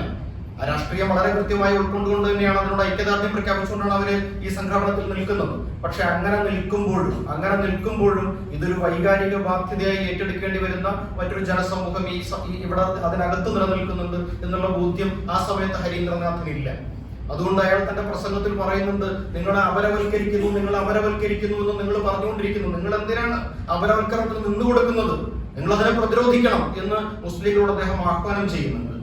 അങ്ങനെ ആഹ്വാനം ചെയ്യാൻ നമുക്ക് ഈ രാഷ്ട്രീയം മതി. ഈ രാഷ്ട്രീയമാണ് നമ്മൾ അങ്ങനെ ആഹ്വാനം ചെയ്യാനുള്ള ഒരു ഉപാധി എന്ന് പറയുന്നത്. പക്ഷേ അതിനുമപ്പുറത്ത് എന്തുകൊണ്ടാണ് ഈ മനുഷ്യർ അപരവൽക്കരിക്കപ്പെടുന്നത് എന്ന് മനസ്സിലാക്കണമെങ്കിൽ, എന്തുകൊണ്ടാണ് ഈ അപരവൽക്കരണത്തെ പ്രതിരോധിക്കാൻ കഴിയാതെ പോകുന്നത് എന്ന് മനസ്സിലാക്കണമെങ്കിൽ ഈ രാഷ്ട്രീയത്തിനപ്പുറത്തുള്ള ആത്മീയമായ ഒരു കാഴ്ച കൂടി സാധ്യമാവേണ്ടതുണ്ട്. ആ സാധ്യതയിലേക്കാണ് ഹരീന്ദ്രനാഥ് പിന്നീട് മാറുന്നത്. നിലമ്പൂരിൽ ഒരു പരിപാടിക്ക് പോകുന്ന സമയത്ത് ആ പരിപാടിയിൽ CAA പരിപാടിയിൽ തന്നെ, വിരുദ്ധ പരിപാടിയിൽ തന്നെ അതിന്റെ സംഘാടകന്റെ വീട്ടിൽ വിശ്രമിക്കുന്ന സമയത്ത് ആ സംഘാടകന്റെ ചെറിയ മകൻ, പ്രൈമറി സ്കൂളിൽ പഠിക്കുന്ന മകൻ ഇസിയാൻ എന്ന് പറയുന്ന യുവാവ്, കുട്ടി, ആ കുട്ടി സ്കൂൾ വിട്ട് വരുന്ന സമയത്ത് കുട്ടി മുകളിൽ വന്ന് ഈ ഹരീന്ദ്രനാഥിന്റെ മുറിക്ക് മുമ്പിൽ വന്നിട്ട് സലാം പറയുന്നുണ്ട്. താടി കണ്ടപ്പോൾ മുസ്ലിം ആണെന്നാണ് അവൻ വിചാരിച്ചത്. എന്നിട്ട് അവൻ ചോദിക്കുന്നുണ്ട്, നമ്മൾ ഇവിടുന്ന് പോവേണ്ടി വരൂ എന്ന് ചോദിക്കുന്നുണ്ട്. എന്റെ വല്യുപ്പ ഈ മണ്ണിലാണ് കിടക്കുന്നത്. വല്യുപ്പാക്ക് അവനെ വലിയ ഇഷ്ടമായിരുന്നു. ഇപ്പോഴും ഖബറിന്റെ അടുത്ത് പോയിട്ട് അവൻ സംസാരിക്കാറുണ്ട്. പള്ളിത്തർക്കം കാരണം പള്ളിയിൽ അടക്കാൻ പറ്റിയില്ല, അതുകൊണ്ട് വീട്ടുപറമ്പിലാണ് അടക്കിയിരിക്കുന്നത്. ഈ പറമ്പ് വിട്ട് ഞാൻ പോവേണ്ടി വരും, എനിക്ക് ഉപ്പൂപ്പാനെ കാണാണ്ടിരിക്കേണ്ടി വരുമോ എന്നൊക്കെ അവൻ വല്ലാണ്ട് ചെറിയൊരു കൊച്ചുകുട്ടി ചോദിക്കുന്നുണ്ട്. ആ കുട്ടി അനുഭവിക്കുന്ന വലിയ വൈകാരിക ബാധ്യതയിലേക്കാണ് കഥ പിന്നീട് സഞ്ചരിക്കുന്നത്. ആ കുട്ടിയെ കളിക്കാൻ വേണ്ടി അടുത്ത വീട്ടിലെ കുട്ടികൾ വിളിക്കുന്നു. അവര് കളിക്കുന്നത് ഒരു വീഡിയോ ഗെയിമാണ്. ആ വീഡിയോ ഗെയിം കളിക്കുന്ന സമയത്ത്, ഹോട്ട് പർസ്യൂട്ട് എന്ന് പറയുന്ന വീഡിയോ ഗെയിം കളിക്കുന്ന സമയത്ത് അതിനകത്ത് ഒരു പോലീസും ഒരു തീഫും ഉണ്ട്. ആരാണ് തീഫ് എന്ന് ചോദിക്കുന്ന സമയത്ത് എല്ലാവരും പറയുന്നു അത് ഇസ്യാൻ. അപ്പോ മോഹിനി എന്ന് പറയുന്ന കുട്ടി ഒരല്പം ഇവനോട് അല്പം സൗമ്യഭാവത്തിൽ പെരുമാറുന്ന മോഹിനി എന്ന കുട്ടി പറയുന്നുണ്ട്, എപ്പോഴും ഈ ഇസ്യാൻ അല്ലേ കള്ളൻ, അതെന്താ അങ്ങനെ എന്ന് ചോദിക്കുന്നുണ്ട്. അപ്പോ അത് ഇസ്യാൻ ഇഷ്ടമായിട്ടാണല്ലോ എന്ന് പറയുന്നുണ്ട്. അപ്പൊ ഇസ്യാനോട് ചോദിക്കുന്നുണ്ട്, നമുക്ക് കള്ളനായിക്കൂടെ എന്ന് ചോദിക്കുമ്പോൾ ഇസ്യാൻ പറയുന്നുണ്ട്, ഞാൻ കള്ളനായിക്കൊള്ളാം എന്ന് പറയുന്നുണ്ട്. ഈ കള്ളന് പോലീസിന് അടിക്കാൻ കിട്ടുന്ന വീഡിയോ ഗെയിമിൽ കള്ളന് പോലീസിന് അടിക്കാൻ കിട്ടുന്ന എല്ലാ അവസരങ്ങളിലും കള്ളൻ പതുങ്ങി ആ അടി സ്വയം ഏറ്റുവാങ്ങുന്നത് നമുക്ക് കാണാനാകും. ഇത് മുഴുവൻ ഹരീന്ദ്രനാഥ് ഇരുന്ന് കാണുന്നുണ്ട്. ഹരീന്ദ്രനാഥ് അടുത്ത് വിളിച്ച് ചോദിക്കുന്നുണ്ട്, മോൻ എന്തിനാണ് ഇങ്ങനെ തോറ്റുകൊടുക്കുന്നത്, സ്വയം തോറ്റുകൊടുക്കുന്നത് എന്തിനാന്ന് ചോദിക്കുന്നുണ്ട്. ആ സമയത്ത് ആ കുട്ടി പറയുന്ന മറുപടി, മോഹിനിയുടെ അച്ഛൻ CAA വിരുദ്ധ സമരത്തിൽ പ്രസംഗിക്കാൻ പോകുന്ന ആളാണ്. അഭിജിത്തിന്റെ അങ്കിളും അങ്ങനെയാണ്. അനീഷിന്റെ ചെറിയച്ഛൻ ഫേസ്ബുക്കിൽ ഇതിനെതിരെ എഴുതിയിട്ടുള്ള ആളാണ്. ഞാൻ അങ്ങനെ അല്ലെങ്കിൽ, ഞാൻ അവരെ ദേഷ്യപ്പെടുത്തിയാൽ അവരങ്ങനെ അല്ലാതായി മാറിയാലോ എന്ന് പറയുന്നുണ്ട്. ഇത് യഥാർത്ഥത്തിൽ ഈ സമയത്ത് ഇന്ത്യൻ മുസൽമാന്മാരൊക്കെ അനുഭവിച്ച ഒരു വലിയ പ്രശ്നമായിരുന്നു ഈ ഒരു അപ്പോളജറ്റിക് ടോണിൽ നിൽക്കുക എന്ന് പറയുന്നത്. അത് മറ്റൊരാൾക്ക് മനസ്സിലാവണമെങ്കിൽ ആ സൂക്ഷ്മതകളെ, ആ സങ്കീർണതകളെ, ആ സംഘർഷത്തിന്റെ ഏറ്റവും സൂക്ഷ്മമായ അവസ്ഥകളെ അഡ്രസ് ചെയ്യാൻ പറ്റുന്ന ഒരു ആത്മീയമായ ദൃഷ്ടി ആവശ്യമുണ്ട്. രാഷ്ട്രീയമായ ദൃഷ്ടി പോരാതെ. അപ്പൊ ഈ രാഷ്ട്രീയമായ ദൃഷ്ടിയും ആത്മീയമായ ദൃഷ്ടിയും തമ്മിലുള്ള ആ സൂക്ഷ്മതകളിലേക്കുള്ള സഞ്ചാരമാണ് യഥാർത്ഥത്തിൽ പൊല്ലാനി കളരിയുടെ ഏറ്റവും അർത്ഥപൂർണമായ തുടർച്ചയായിട്ട് KP രാമനുണ്ണിയുടെ രചനകളെ മാറ്റുന്നത്. രാഷ്ട്രീയമായ തുടർച്ചകളിലാണ് പൊന്നാനി കളരി ആരംഭിക്കുന്നത്. രാഷ്ട്രീയമായ മാനവികമായ ഒരുമയെ കുറിച്ചാണ് പൊന്നാനി കളരി സംസാരിച്ചതൊക്കെ. അവിടെ നിന്ന് അതിന്റെ സങ്കീർണമായ അടരുകളിലേക്ക്, അതിന്റെ സൂക്ഷ്മതകളിലേക്കുള്ള സഞ്ചാരമാണ് KP രാമനുണ്ണിയുടെ ഹൈന്ദവം എന്ന് പറയുന്ന ഈ കഥാസമാഹാരത്തിലടക്കമുള്ള കഥകൾ എന്ന് പറയുന്നത്. ഓരോ നിമിഷവും അപ്പോളജറ്റിക് ആവുന്ന ഇന്ത്യൻ മുസൽമാനെ മനസ്സിലാവണമെങ്കിൽ, ഓരോ സമയത്തും ഈ പറയുന്നത് പോലെ സ്വന്തം ദേശക്കൂറ് തെളിയിക്കേണ്ടി വരുന്ന, ഓരോ സമയത്തും താൻ പറയുന്ന അഭിപ്രായത്തിന്റെ കോൺസിക്വൻസസ് എന്താണെന്ന് ഓരോ നിമിഷവും ആലോചിക്കേണ്ടി വരുന്ന, തുറന്ന് താൻ പുറത്തേക്ക് വിടുന്ന ഓരോ അക്ഷരക്കൂട്ടത്തിന്റെയും പിന്നീട് തനിക്കത് എങ്ങനെയാണ് ബാധ്യതയായി തീരുക എന്ന് ആലോചിക്കേണ്ടി വരുന്ന, തന്റെ ആഗ്രഹങ്ങൾക്കും മോഹങ്ങൾക്കും തന്റെ ആരാധനകൾക്കും ഒക്കെ ഒരു മൊറോക്കോ താരത്തിനെ ആരാധിക്കാൻ ഇന്ത്യൻ മുസൽമാന്, അല്ലെങ്കിൽ ഒരു പാകിസ്ഥാനി കളിക്കാരനെ ആരാധിക്കാൻ ഇന്ത്യൻ മുസൽമാന് കഴിയില്ല. എന്റെ സുഹൃത്തുക്കൾക്ക് അത് സാധിക്കും, പക്ഷെ എനിക്കത് സാധിക്കില്ല. കാരണം എനിക്കുള്ളത് ഒരു മുസൽമാന്റെ പേരാണെന്നുള്ളത് കൊണ്ട് ഞാൻ ആ നിമിഷം തന്നെ സംശയത്തിന്റെ പട്ടികയിലേക്ക് പെട്ടെന്ന് കയറി ചെല്ലും. ഇത്തരത്തിലുള്ള പ്രശ്നങ്ങൾ നിരവധി, ഈ പറയുന്ന സങ്കീർണതകളെ അഭിമുഖീകരിക്കുക എന്ന് പറയുന്നത് ഞാൻ ഒരുപക്ഷെ നമ്മുടെ എഴുത്ത് ഇനിയും എത്തിയിട്ടില്ലാത്ത ഒരു ദൂരമാണ്. ആ ദൂരമാണ് ഇവിടെ തുടങ്ങുന്നത് എന്നാണ് ഞാൻ പറഞ്ഞതിന്റെ അർത്ഥം. ഈ കഥയിൽ, ഈ സമാഹാരത്തിലെ വളരെ ഒരുപക്ഷെ നേരത്തെ ചർച്ച ചെയ്യപ്പെട്ട വളരെ പ്രധാനപ്പെട്ട ഒരു കഥ വാരിയംകുന്നത്ത് വീണ്ടും എന്ന് പറയുന്ന കഥയാണ്. വാരിയംകുന്നത്ത് വീണ്ടും എന്ന് പറയുന്ന കഥയ്ക്കകത്ത് ഈ വാരിയംകുന്നത്ത് കുഞ്ഞഹമ്മദ് ഹാജി എന്ന് പറയുന്ന ഒരു ചരിത്ര പുരുഷൻ, ആ പുരുഷനെ പലപ്പോഴും നമ്മൾ ചരിത്രത്തിൽ ഇങ്ങനെ ഒരു ഐക്കോണിക് ആയിട്ടുള്ള ഒരു മനുഷ്യനായിട്ട് ഇങ്ങനെ എടുത്തുയർത്തി നിൽക്കുന്നു. ഇത്തരം സബ്ജക്ടിവൈസേഷൻ നമ്മൾ നടത്തുന്നു. പക്ഷെ വാരിയംകുന്നത്ത് കുഞ്ഞഹമ്മദ് ഹാജി എന്ന് പറയുന്ന ഒറ്റ മനുഷ്യനല്ല, മറിച്ച് നിരവധി മനുഷ്യരുടെ സംഘാതത്തിൽ നിന്ന് ഒരാൾ നേതൃപദവിയിലേക്ക് സാന്ദർഭികമായി ഉയർന്നു പോകുന്നതാണ്. അങ്ങനെ ഉയർന്നു പോകുമ്പോൾ അയാളെ മാത്രം കാണുകയും അയാളുടെ ചുറ്റിലുമുള്ള മറ്റു മനുഷ്യരെയൊക്കെ കാണാതിരിക്കുകയും ചെയ്യുന്ന ഒരു അനുഭവം ഉണ്ടല്ലോ. ആ അനുഭവത്തിന് നേർക്കാണ് ഈ കഥ അതിന്റെ കണ്ണ് തിരിക്കുന്നത്. പണ്ടിയാട്ട് നാരായണ നമ്പീശൻ എന്ന് പറയുന്ന കുഞ്ഞാമുദാജിയുടെ ഏറ്റവും അടുത്ത സുഹൃത്ത്, ആ സുഹൃത്തിലേക്ക്, അതുപോലെ തന്നെ ഈ സമരത്തിന്റെ ആസൂത്രണ ഘട്ടങ്ങളിലൊക്കെയും മലബാർ കലാപത്തിന്റെ ആസൂത്രണ ഘട്ടങ്ങളിലൊക്കെയും മലബാർ കലാപം എന്ന വാക്ക് കലാപം എന്ന് തന്നെയാണ് ഉച്ചരിക്കേണ്ടത്. ഇന്ന് പുതിയ കാലത്ത് ചിലരൊക്കെ അതിനെ സമരം എന്ന് ഒക്കെ മാറ്റി ഉപയോഗിക്കുന്നുണ്ട്. അതൊരു ഈ നാമകരണം എന്ന് പറയുന്നത് ഒരു വലിയ പ്രശ്നമുള്ള സംഗതിയാണ്. ഗോപാൽ ഗുരുവിനെ പോലെ ആളുകൾ ചൂണ്ടിക്കാണിച്ചിട്ടുള്ള സംഗതിയാണ്. കലാപം എപ്പോഴും ലഹളയും കലാപവും തമ്മിൽ വ്യത്യാസമുണ്ട്. ലഹള എന്ന് വിളിക്കുന്നത് ബ്രിട്ടീഷ് ആഖ്യാനമാണ്. പക്ഷെ കലാപം എന്ന് വിളിക്കുന്നത് യഥാർത്ഥത്തിൽ ആരാണോ കലാപത്തിൽ പങ്കാളികളാവുന്നത്, ഈ കീഴാളികളുടെ സമരങ്ങളൊക്കെ ഈ കലാപങ്ങളാണ്. കാരണം കലാപ സന്ദർഭങ്ങളിൽ മാത്രമാണ് അവർക്ക് അവരുടെ സബ്ജക്ടിവിറ്റി വീണ്ടും കിട്ടുന്നത്, കർത്തൃത്വം വീണ്ടും കിട്ടുന്നത് എന്നുള്ളത് കൊണ്ട് കലാപങ്ങളെ കലാപം എന്ന് തന്നെ വിളിക്കേണ്ടതുണ്ട്. ചരിത്രത്തിനെ നാം നിഷേധിക്കരുത്. ഞാൻ സാന്ദർഭികമായി പറഞ്ഞു വന്നത് ഇതാണ്. ഈ വാര്യംകുന്നത്ത് കുഞ്ഞഹമ്മദാജിയെ സാധ്യമാക്കിയ, വാര്യംകുന്നത്ത് കുഞ്ഞഹമ്മദാജി ഉയർന്നു വന്നതിൽ അതിനെ കളമൊരുക്കിയ മറ്റൊട്ടേറെ മനുഷ്യരുണ്ട്. ആ മനുഷ്യരിൽ ധാരാളം ഹിന്ദുക്കളുണ്ട്, ധാരാളം മുസ്ലിങ്ങളുണ്ട്.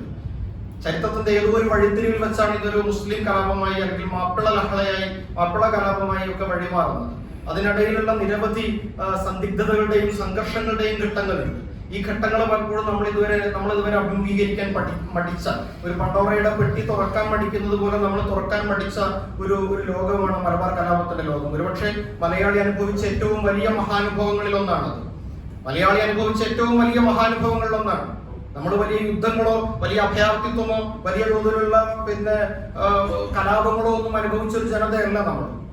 പക്ഷെ ഇതൊക്കെ അനുഭവിച്ച ഒരു സംഭവമായിരുന്നു മലബാർ കലാപം എന്ന് പറയുന്നത്. അതിനകത്ത് അഭയാർത്ഥിത്വമുണ്ട്, അതിനകത്ത് വലിയ തോതിലുള്ള ആൾനാശം ഉണ്ടായിട്ടുണ്ട്, അതിനകത്ത് വലിയ അനാഥത്വങ്ങളുണ്ട്. അങ്ങനെയുള്ള വലിയ കഥകളുള്ള ഒരു സംഗതി. പക്ഷെ നമ്മുടെ സാഹിത്യത്തിൽ എവിടെയും ഉറൂബിന്റെ സുന്ദരിയോടും സുന്ദരന്മാരും എന്ന് പറയുന്ന നോവലിലോ അല്ലെങ്കിൽ എസ് കെ പൊറ്റക്കാട്ടിന്റെ ഒരു ദേശത്തിന്റെ കഥയിലോ മറ്റോ അതിന്റെ ചില അനുബന്ധ രംഗങ്ങളുണ്ട് എന്നുള്ളത് ഒഴിച്ചാൽ ആ സമരത്തെ നമ്മുടെ എഴുത്തിൽ മലയാളി ഇത്രയും കാലമായിട്ട് സംബോധന ചെയ്തിട്ടില്ല. ആ എഴുത്തിനെയാണ് രാമനുണ്ണി സാധ്യമാക്കുന്നത്.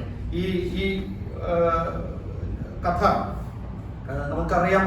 ചരിത്രം എന്ന് പറയുന്നത് ഇന്ന് ചരിത്രം എന്നല്ല നമ്മൾ ഉപയോഗിക്കുക, ചരിത്രങ്ങൾ എന്നാണ് ഉപയോഗിക്കുന്നത്. ചരിത്രമില്ല, ചരിത്രങ്ങളേ ഉള്ളൂ. അതുകൊണ്ട് തന്നെ നിങ്ങൾ ചരിത്രം, പണ്ടിയാട്ട് നമ്പീശൻ, ഈ വാര്യംകുന്നത്ത് രണ്ടുപേരും പുനർജനിച്ചു വരുന്ന ഒരു ഫാന്റസിയിലാണ് ഈ കഥ നടക്കുന്നത്. അവർ രണ്ടുപേരും ഈ പുതിയ സമകാലത്തേക്ക് പുനർജനിച്ചു വരുന്നു. ആ സമയത്ത് അവർ കാണുന്ന കാഴ്ചകളും ആ കാഴ്ചകൾ അവരിലുണ്ടാക്കുന്ന പ്രതികരണങ്ങളുമാണ് ഈ കഥയുടെ ഉള്ളടക്കം എന്ന് പറയുന്നത്.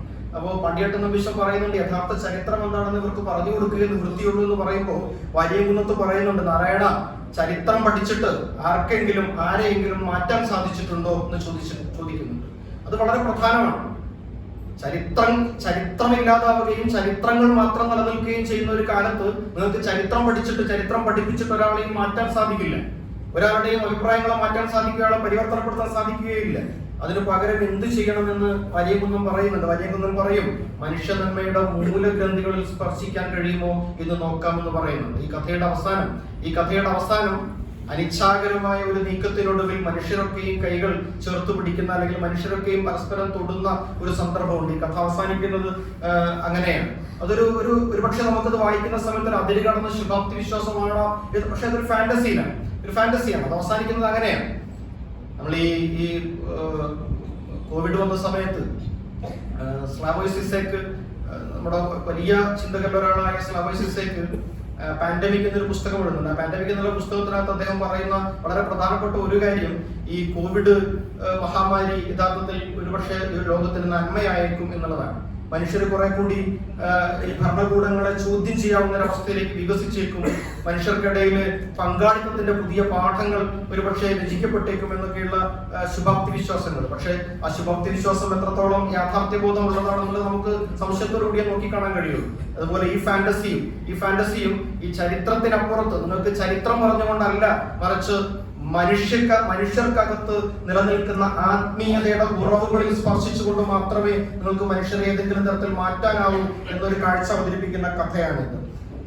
ഇതുപോലെയുള്ള നിരവധി കഥകൾ, 9 കഥകളാണ് ഈ ഈ സമാഹാരത്തിനകത്ത് ഉൾക്കൊള്ളിച്ചിരിക്കുന്നത്. കേരള മാരത്തോൺ എന്നുള്ള കഥ, ഇന്ത്യയിലെ വർത്തമാനകാല പരിതസ്ഥിതി, എങ്ങനെയാണ് മനുഷ്യർ പരസ്പരം അത്രമേൽ വിഭജിതമായിരിക്കുന്നത്, ഒരുപക്ഷെ ജാതി എന്നുള്ളതിനേക്കാളേറെ മതം എങ്ങനെയാണ് മനുഷ്യരെ ഇത്രമേൽ ആക്രാമകമായ ഒരു ഉന്മാദ അവസ്ഥയിലേക്ക് കൊണ്ടുവന്ന് എത്തിക്കുന്നത് എന്ന് കാണിക്കുന്ന എല്ലാത്തരം മാനുഷികതകളും എല്ലാത്തരം മാനവികതകളും എല്ലാത്തരം വൈകാരികതകളും അപ്രസക്തമാകുന്ന ഒരു പുതിയ കാലം എങ്ങനെയാണ് ഇന്ത്യക്കകത്ത് പിറന്നത് എന്നതിന്റെ യാഥാർത്ഥ്യങ്ങൾ വരച്ചു കാണിക്കുന്ന ഒരു കഥയാണ്. പക്ഷെ അദ്ദേഹം അവിടെ ഒരു പ്രതീക്ഷയുള്ള നാടായിട്ട് കേരളത്തെ മാറ്റിവെക്കുന്നുണ്ട്. കേരളത്തിലേക്ക് കേരളത്തിലേക്ക് ഒരു മാരത്തോൺ പോലെ ഓടുന്ന മനുഷ്യരുടെ ഒരു കൂട്ടത്തെ സങ്കല്പിച്ചുകൊണ്ടാണ് അവിടെ മനുഷ്യർക്ക് ഇതുപോലെ നമുക്ക് ഒന്നിച്ചിരിക്കാവുന്ന, നിങ്ങളുടെ മതം ഏത് എന്ന് ചോദിക്കപ്പെടാത്ത, നിങ്ങളുടെ വസ്ത്രം എന്ത് ഇങ്ങനെ എന്ന് ചോദിക്കാത്ത ഒരു ദേശത്തെ കുറിച്ചുള്ള സ്വപ്നം കേരളത്തിൽ ആരോപിച്ചുകൊണ്ടാണ് ആ കഥ അവസാനിക്കുന്നത്. വളരെ വളരെ വ്യത്യസ്തമായ പ്രമേയങ്ങളുള്ള കഥകളാണ് ഈ സമാഹാരത്തിനകത്തുള്ളത് മുഴുവൻ. നമ്മൾ ഈ സ്പോയിലർ അലേർട്ട് എന്ന് പറയുന്ന പോലെ കഥ പറയുക എന്ന് പറയുന്നത് പുസ്തകം പരിചയപ്പെടുത്തേണ്ട ഒരു ലക്ഷ്യമല്ലാത്തത് കൊണ്ട് ഞാൻ കഥകൾ മുഴുവൻ വിശദീകരിക്കുക എന്നുള്ളതിനകത്ത് മെനക്കെടുന്നില്ല. പക്ഷെ ഒരു ഒന്നോ രണ്ടോ കഥകളെ കുറിച്ചുകൂടി എനിക്ക് പറയേണ്ടതുണ്ടെന്ന് തോന്നുന്നത് ഞാൻ പെട്ടെന്ന് 5 മിനിറ്റ് കൂടി ഞാൻ അവസാനിപ്പിക്കും. അതിലൊന്ന് പൂർണ്ണനാരീശ്വരൻ എന്നുള്ള ഒരു കഥയാണ്.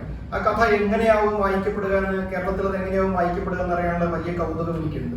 അതിനെ പല മട്ടിൽ വായിക്കാവുന്ന, അതിനെ എങ്ങനെയാണ് ഫെമിനിസ്റ്റ് വായന എങ്ങനെയാണ് സാധ്യമാവുക, അതിനെങ്ങനെയാണ് നമ്മൾ ഈ പുതിയ ജെൻഡർ സ്റ്റഡീസിന്റെ അല്ലെങ്കിൽ ലിംഗ പദവി പഠനങ്ങളുടെ പുതിയ കാഴ്ചകളെ മുൻനിർത്തിയിട്ട് എങ്ങനെയാവുക കഥ വായിക്കുക എന്നതിനെ സംബന്ധിച്ചൊക്കെയുള്ള വലിയ സന്ദേഹങ്ങൾ എനിക്ക് ആ കഥ വായിക്കുന്ന സമയത്ത് ഉണ്ട്. ഇതിനകത്ത് വളരെ പ്രധാനപ്പെട്ട ഒരു പ്രശ്നം അദ്ദേഹം ഉന്നയിക്കുന്നുണ്ട്. മനുഷ്യരൊക്കെയും ലിംഗഭേദമന്യേ ഒരേ മട്ടിൽ ചലിക്കുന്ന, ഒരേ മട്ടിൽ തങ്ങളുടെ പ്രവൃത്തികളെ സംവിധാനം ചെയ്യുന്ന, വസ്ത്രം ധരിക്കുന്ന അത്തരം ഒരു കാലത്ത് നമ്മൾ നേരത്തെ ഈ സ്ത്രൈണത, പൗരുഷം എന്നൊക്കെ നമ്മൾ പറഞ്ഞിരുന്നതെല്ലാം സോഷ്യൽ കൺസ്ട്രക്റ്റുകളാണ്, സാമൂഹിക നിർമ്മിതികളാണെന്ന് നമുക്കറിയാം. അപ്പോൾ ആ സാമൂഹിക നിർമ്മിതികൾക്ക് അപ്പുറത്ത് അല്ലെങ്കിൽ അവയെ ഭേദിക്കുന്നതിനുള്ള ശ്രമങ്ങൾ ലോകത്ത് ഉണ്ടായിക്കൊണ്ടിരിക്കുന്ന ഒരു വേളയിൽ എന്തുകൊണ്ടാണ് ഈ പറയുന്ന നമ്മുടെ ഈ ട്രാൻസ്ജെൻഡർ വുമൺ ആയിട്ടുള്ള ആൾക്കാർ, ലിംഗം മാറാൻ ആഗ്രഹിക്കുന്ന ആളുകൾ എന്തുകൊണ്ടാണ് സ്ത്രീകളുടെ വേഷത്തിലേക്ക് കൂടുതൽ മാറുകയും പരമ്പരാഗതമായ സ്ത്രീത്വ സങ്കല്പങ്ങൾ അവരെ കൂടുതൽ സ്നേഹത്തോടെ ആശ്ലേഷിക്കുകയും ചെയ്യുന്നത് എന്തുകൊണ്ടാണ്?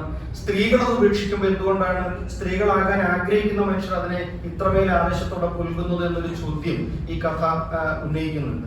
ആ കഥയിൽ അതിന് നൽകുന്ന മറുപടി എന്ന് പറയുന്നത് ഒരു സ്ത്രീക്ക് ഇതൊക്കെ ഉപേക്ഷിക്കാനാവും. ഇതൊക്കെ ഉപേക്ഷിക്കുമ്പോഴും അവളുടെ സ്ത്രീത്വം അപ്പോഴും തിളങ്ങി നിൽക്കുക തന്നെ ചെയ്യും. പക്ഷെ സ്ത്രീത്വത്തിനകത്തേക്ക് കയറാൻ ആഗ്രഹിക്കുന്ന മനുഷ്യരെ സംബന്ധിച്ചിടത്തോളം ഇവയൊക്കെയും, ഈ ആടയാഭരണങ്ങളൊക്കെയും ഈ ആലഭാരങ്ങളൊക്കെയും ഇനിയും ഉണ്ടാക്കിയെടുത്തേ പറ്റൂ എന്നുള്ള പ്രശ്നമുണ്ട് എന്ന് പറയുന്നുണ്ട്. നമ്മൾ പറയാറുണ്ടല്ലോ ഈ ജാതിവാൽ ഉപേക്ഷിക്കുന്നതിനെ കുറിച്ച്. ജാതിവാൽ ഉപേക്ഷിക്കുന്നത് പോലും ഒരു പ്രിവിലേജായി മാറും. പക്ഷെ ഉപേക്ഷിക്കാൻ ഒരു ജാതി ഇല്ലാത്തവന്റെ, അല്ലെങ്കിൽ ഈ പറയുന്ന ജാതിയുടെ കുരുക്കിനകത്ത് കുരുങ്ങിക്കിടക്കുന്ന ഒരു മനുഷ്യനെ ഉപേക്ഷിക്കുന്നതിന് പോയിട്ട് അതിൽ നിന്ന് പുറത്തു കടക്കാൻ കഴിയാതെ വിങ്ങുന്നവന്റെ ജാതി വാലില്ലാത്ത പേരും ഈ ജാതിവാൽ ഉപേക്ഷിച്ച ആളുടെ ജാതിവാലില്ലാത്ത പേരും ഒന്നല്ല എന്ന് പറയാറുണ്ടല്ലോ. അതുപോലെയാണ് ഈ പ്രശ്നവും എന്ന് നമുക്ക് തോന്നുന്നു. ശ്വാസമുട്ട് എന്നൊരു കഥയുണ്ട് ഇതിനകത്ത്. ശ്വാസമുട്ട് ഒരുപക്ഷെ ഈ കോവിഡ് കാലവുമായി ബന്ധിപ്പിച്ച് രാമനുണ്ണി എഴുതിയ കഥയാണ്. ശരീരദൂരം എന്നുള്ള അദ്ദേഹത്തിന്റെ കഥകൾ നേരത്തെ വന്നിട്ടുള്ളതാണ് കോവിഡുമായി ബന്ധിപ്പിച്ച്. ഇത് ഒരു പുതിയ കഥയാണ്. ഈ കഥയ്ക്കകത്താണ് ഈ ആശുപത്രികൾ പുതിയ കാലത്ത് ബിസിനസ് മാനേജർമാർ നിയന്ത്രിക്കുന്ന ഒരു കാലമാണ് നമ്മുടെ. ഹോസ്പിറ്റൽ അഡ്മിനിസ്ട്രേഷനിൽ മാനേജ്മെന്റ് ബിരുദമെടുത്ത ആളുകളാണ് ഹോസ്പിറ്റലുകൾ ഭരിക്കുന്നത്. അതിൽ നിന്ന് മാറിയിട്ട് ഈ ഡോക്ടർമാർ തന്നെ ഹോസ്പിറ്റലുകൾ ഭരിക്കുന്ന ഒരു അവസ്ഥ പുതിയ ഒട്ടേറെ പാശ്ചാത്യ രാജ്യങ്ങളിൽ അത്ര പ്രവണത വരുന്നു എന്നുള്ള വാർത്തകൾ വന്നൊരു സമയത്ത് കൂടിയാണ് ഈ കഥ വരുന്നത്. ഇതിനകത്ത് ഈ ആശുപത്രി ഒരു ബിസിനസ്സാണോ അതോ ആശുപത്രി ഒരു ആതുര സേവനമാണോ എന്നുള്ള ഒരു പ്രശ്നത്തെയാണ് ഈ കഥ അഡ്രസ് ചെയ്യാൻ ശ്രമിക്കുന്നത്. അതിനൊക്കെ അപ്പുറത്ത് ഈ കഥ ഞാൻ നേരത്തെ പറഞ്ഞ ഒരു ഭൗതിക പ്രവൃത്തിക്കകത്ത് പോലും എങ്ങനെയാണ് ആത്മീയതയുടെ അനന്തമായ ആകാശങ്ങൾ വിരിഞ്ഞു വരുന്നത് എന്ന് നമ്മളെ ബോധ്യപ്പെടുന്ന ഒരു കഥ കൂടിയാണ്. ദൈനംദിന പ്രവൃത്തികളിൽ, ഭൗതിക പ്രവൃത്തികളിൽ ആത്മീയത എങ്ങനെയാണ് സാധ്യമാകുന്നത്? അത് കേവലം മതപരമോ ആരാധനാപരമോ ആയ ഒരു ജീവിത വൃത്തിയല്ല എന്നും അത് മാനസികമായ ഏതെങ്കിലും തരത്തിലുള്ള അന്വേഷണങ്ങളോ തീർത്ഥയാത്രകളോ അല്ല എന്നും മറിച്ച് ഏറ്റവും ദൈനംദിനമായി നമ്മൾ ചെയ്യുന്ന കൃത്യങ്ങൾക്കകത്ത് ആത്മീയതയുടെ നിരവധി സാധ്യതകളും തുറസ്സുകളും ഉണ്ട് എന്നും നമ്മളെ ബോധ്യപ്പെടുത്തുന്ന ഒരു കഥ കൂടിയാണ് ഇത്. ഈ കഥകളെ തമ്മിൽ നേരത്തെ പറഞ്ഞ പോലെ 9 കഥകളെയും തമ്മിൽ ബന്ധിപ്പിക്കുന്ന ഒരു അന്തർധാരയായി, ഒരു കാണാച്ചരടായി ഇതിനകത്ത് ഈ ആത്മീയത എന്ന് പറയുന്ന ഈ ജീവിത ദർശനം നിലനിൽക്കുന്നു. ഒരുപക്ഷെ ഈ 9 കഥകളും 9 വിഷയങ്ങളാണ്. ഈ 9 കഥകളും ഏതെങ്കിലും ഒരു വിഷയത്തെ കേന്ദ്രീകരിച്ചുള്ളവയല്ല. 9 വിഷയങ്ങളാണ്. പരസ്പരം ബന്ധമില്ലാത്ത 9 വിഷയങ്ങളാണ്. പക്ഷെ ഈ വിഷയം, ഈ വൈവിധ്യമാർന്ന വിഷയങ്ങളെ തമ്മിൽ ചേർത്ത് വെക്കുന്ന ആത്മീയതയുടെ ഒരു തിളക്കമാണ് ഈ കഥകളെ ഒരു സമാഹാരത്തിലേക്ക് ഉൾച്ചേർക്കുന്നത്. സമകാലികതയോടുള്ള പ്രതികരണങ്ങളായി എഴുതപ്പെട്ടവയാണ് ഈ 9 കഥകൾ. ഈ 9 കഥകളുടെയും വിഷയം സമകാലികമാണ്. പക്ഷേ സമകാലികമായ കേവല പ്രതികരണങ്ങൾ എന്നുള്ള നിലയ്ക്കല്ല, മറിച്ച് ചരിത്രത്തിലേക്ക് ആഴ്ന്നിറങ്ങിയ വേരുകളുണ്ട്. സമകാലികമായ ഓരോ അനുഭവങ്ങളുടെയും ചരിത്രത്തിനകത്തേക്ക് ആഴ്ന്നിറങ്ങിയ വേരുകളെ അന്വേഷിക്കുന്നു എന്നുള്ളതാണ് ഈ കഥകളെ സവിശേഷമാക്കുന്ന ഒരു ഘടകം. മലയാളത്തിലെ ചെറുകഥാ സാഹിത്യം സമീപകാലത്തായി നമ്മുടെ ചരിത്രത്തെ വളരെ ഒരു ക്രിറ്റീക്ക് എന്നുള്ള രീതിയിൽ സമീപിക്കുന്ന കഥകൾ ധാരാളമായി വന്നുകൊണ്ടിരിക്കുന്ന ഒരു കാലമാണിത്. നമ്മൾ ചരിത്രത്തിൽ നമ്മൾ നേടിയെന്ന് പറഞ്ഞ നേട്ടങ്ങളെ മുഴുവൻ അങ്ങേയറ്റം വിമർശനാത്മകമായി നോക്കിക്കാണുന്ന ഒരു ക്രിറ്റിക് ഓഫ് മോഡേണിറ്റി എന്നൊക്കെ നമ്മൾ പറയുന്ന ആധുനികതാ വിമർശം എന്നൊക്കെ പറയുന്ന രീതിയിലേക്ക് നമ്മുടെ കഥാലോകം മാറിയ ഒരു കാലമാണ്. അത്തരം ഒരു കാലത്ത് അത് ആ പ്രവണതകളെ കുറെ കൂടി അർത്ഥപൂർണമായ രീതിയിൽ, കുറെ കൂടി ആഴമാർന്ന രീതിയിൽ നിർവഹിച്ചിട്ടുള്ള ഈ കഥകൾക്ക് ശുഭകരമായ ഒരു ഭാവി ഞാൻ ആശംസിക്കുന്നു. ഒരു പുസ്തകത്തിന്റെ ഭാവി എന്നത് മികച്ച വൈവിധ്യമാർന്ന വായനകൾ ഉണ്ടാവുക എന്നതാണ്. അത്തരത്തിൽ വലിയ വായനകൾ ഈ കഥയ്ക്കുണ്ടാവട്ടെ. ഈ കഥയുടെ വായന ഒരു രാഷ്ട്രീയ പ്രവൃത്തിയാണ് എന്ന് ഓർമ്മിച്ചുകൊണ്ട് ഞാൻ അവസാനിക്കുന്നു. ഹൈന്ദവത്തിലെ കഥകളുടെ കാതൽ തേടിയുള്ള യാത്രയായിരുന്നു തീർച്ചയായിട്ടും MC അബ്ദുൽ നാസറിന്റെ ഭാഷണം. പ്രിയപ്പെട്ടവരെ, ഈയാണ് പ്രകാശന ചടങ്ങ്. സ്വതന്ത്ര ശബ്ദങ്ങളെ അടിച്ചമർത്താൻ ശ്രമിക്കുകയാണ് ഇന്ന് നമ്മുടെ രാജ്യത്ത് ഒരു വിഭാഗമാണ്. അവരുടെ അസഹിഷ്ണുതയിൽ നമ്മുടെ കലയും സാഹിത്യവും സംസ്കാരവും കളങ്കപ്പെടുകയാണ്. സത്യത്തെ ഇവർ വല്ലാതെ ഭയപ്പെടുന്നു. അതുകൊണ്ട് തന്നെ എന്ത് വില കൊടുത്തും അവരതിനെ നിഗ്രഹിക്കാൻ ശ്രമിക്കുന്നത് സ്വാഭാവികം. പക്ഷേ എന്തൊക്കെ സംഭവിച്ചാലും സത്യം സത്യമായി തന്നെ നിലനിൽക്കുമെന്നതിൽ സംശയമില്ല. ഒരടിച്ചമർത്തലിലും അത് തകർന്നു പോകില്ല. പ്രിയപ്പെട്ടവരെ, നമ്മുടെ ഇന്നത്തെ സ്നേഹ സാന്നിധ്യമായ ദാമോദർ മോസോയുടെ വാക്കുകളാണ്. കൽബുർഗി വധത്തിനെതിരെ പരസ്യമായി പ്രതിഷേധിച്ചതിന്റെ പേരിൽ തീവ്ര ഹൈന്ദവ സംഘടനയുടെ ഈ കേസിൽ ഉൾപ്പെട്ട കഥാകാരനാണ് അദ്ദേഹം. അദ്ദേഹത്തിന്റെ സാന്നിധ്യം കൊണ്ട് അനുഗ്രഹീതമായ ഈ സന്ദർഭത്തിൽ ഹൈന്ദവത്തിന്റെ പ്രകാശനം നടക്കുകയാണ്. മഹാനായ എഴുത്തുകാരനാണ്, ജ്ഞാനപീഠ പുരസ്കാര ജേതാവാണ്. എല്ലാ അർത്ഥത്തിലും കൊങ്കിണി ഭാഷയുടെ അനുഗ്രഹമാണ് അദ്ദേഹം. ഈ ഹൈന്ദവം എന്ന പുസ്തകം മലയാളത്തിലെ വായനക്കാരന് സമർപ്പിക്കുകയാണ്. അത് ഏറ്റുവാങ്ങുന്നത് ബർസാർ എന്ന ഒറ്റ നോവലിലൂടെ തന്നെ മലയാളത്തിലെ പ്രീമിയായ നോവലിസ്റ്റായി മാറിയ ഡോക്ടർ ഖദീജ മുണ്ടസാണ്. പ്രകാശനം നിർവഹിക്കപ്പെടുകയാണ്. Damodar Mauzo doctor Khadija Mumtaz നൽകിക്കൊണ്ടു.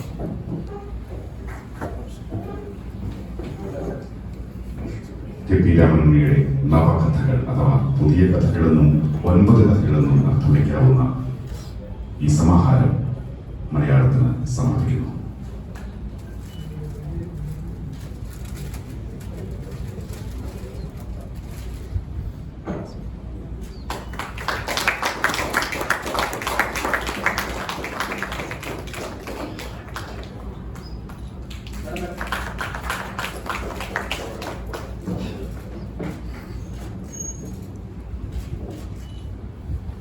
So we are very much blessed with your presence here.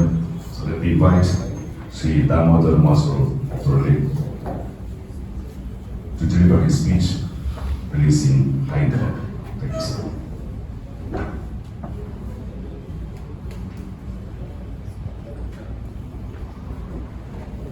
My friend KP Ramanuni, other honorable members of the dais, and my friends. At the outset, I apologize to you for not being able to speak to you in your tongue. It's really very embarrassing. I do not know whether I should proceed with my views, whether I'll be able to communicate with you or not. But since I am invited by my friend here, I have done what was required. I have released the book, and I am very happy to declare here that the book stands released. But what is the significance of this book being released? He has already written it, it's already published, but then still he wants to have a launch. Why? What is the significance? Does he want some fame? I don't think he requires any. He's already an established writer. What is important is to reach out to your readers. Every writer, for him, more than any award, what he expects is the feedback from his writers. And the only way to meet the writers, to interact with the writers, is to hold such book launches. And I'm very happy that this book launch is attended by so many people, not only his friends, but also connoisseurs of literature, I believe. Well, there are many questions in the minds of people, even the readers. Those who are aspiring to become writer, they have their own questions. Those who want to publish their books, they have their own questions. Every question has an answer. Many people ask young ones how to write a short story. Well, I'm referring to short story mainly because I myself basically a short story writer, so I have written novels, and same thing I believe with my friend Ramanuni, who has also written novels, but I feel that he is more at ease and in command when he writes short stories. So many young writers ask writers how to write a short story. And I remember once MT had given the answer to it. MT said, it's very easy to write a short story. Simply take the pen and paper and write a good story. That's all. What is important is to make an attempt to write, and it is not happening. Why is a writer different from the rest? Why everybody cannot become a writer?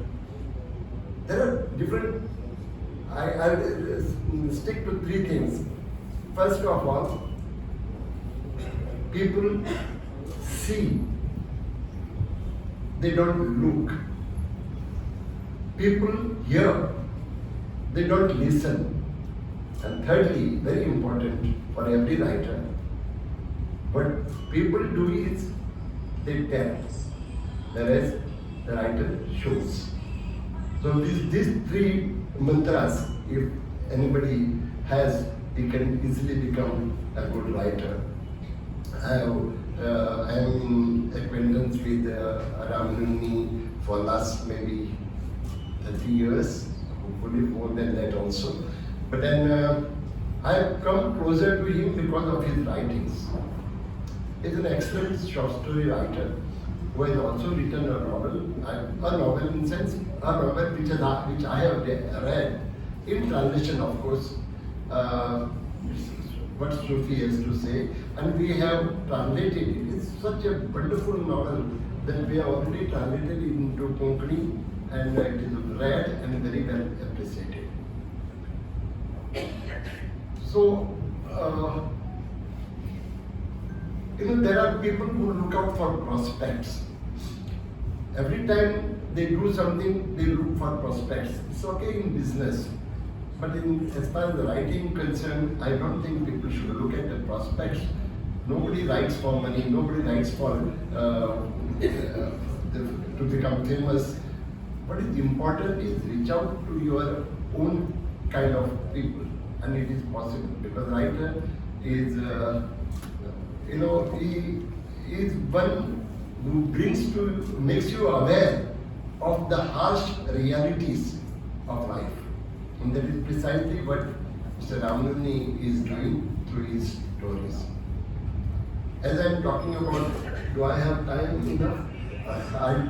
I know how long you have been sitting here, but rather than telling you, I would like to tell you a short story. It's another way of showing you.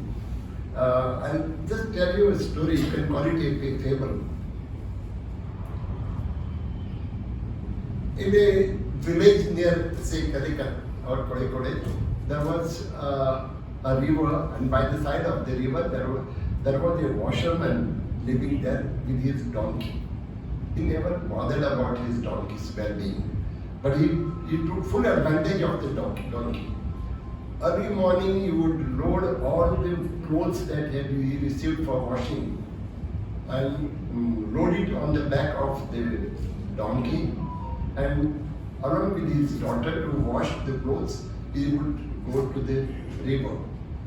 And the clothes were washed, and then again the wet clothes were brought on the back of the donkey back home. And poor donkey was never fed well. He had to do with only the leftovers, and when still he continues to remain hungry, then he would go around looking for some leftovers or some dustbins where he would find something to chew on.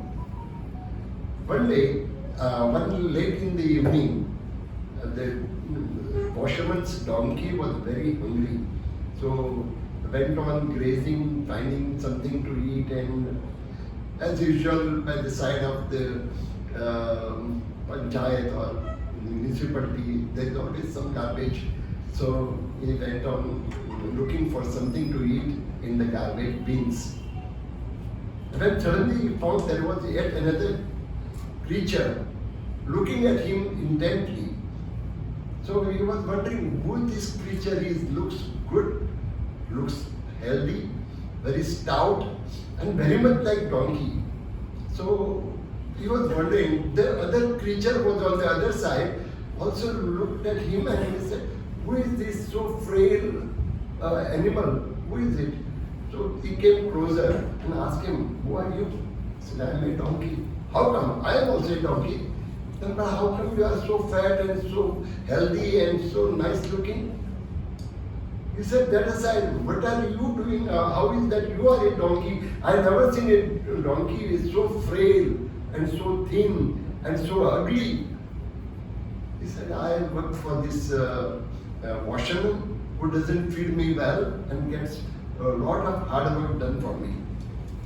I said, okay. And how about you? I work for a circus had come in the town. He said, I work for a circus and the manager feeds me very well. And how much work we have to do? 3 shows a day. Every show, only about for 10 minutes I have to go and dance as per his whims and come back, and I get very well fed and see how healthy I am. So then he said, okay, I feel pity for you. You offered the washerman's donkey. How about coming over to the circus? I will talk to the manager and he will want another one, he will be happy. So you will have to only work for some 10 minutes every time, and that's enough, and he will get enough to eat. He thought over, he was tempted. The washerman's donkey was tempted to go. But then he decided, he thought over and he asked the circus donkey, I don't mind coming, but tell me, what are the prospects in the circus? He said, prospects? You work for this poor fisherman, washerman, you are very badly fed, you are so thin, you look sick, and you want to see prospects in this circus where you will be fed very well? I said, yes. Then again the circus donkey asked, okay, now you tell me what prospects you have at the washerman's. So he was very pleased by the question. He said, I'll tell you. I take clothes for washing to the river. And washerman has a beautiful daughter who washes the clothes. And every time she washes the clothes, some clothes are torn. And washerman is angry with her. Only yesterday I heard the washerman has given warning to his daughter. If again you tear the clothes, I will marry you with this donkey. And I'm sure the daughter is going to tear the clothes again. So these are the prospects the donkey was looking for. We are not donkeys. I know we have many people who look out for prospects, such prospects. They don't realize that these are foolish ways of looking at prospects. We spend entire our life looking for prospects of this kind. So they have to come out, and that is where precisely where the writer has a role to play. And what we do is bring before you the harsh realities which we have not realized. Now, recently we have all undergone the COVID-19 situation. We have all seen what pandemic is.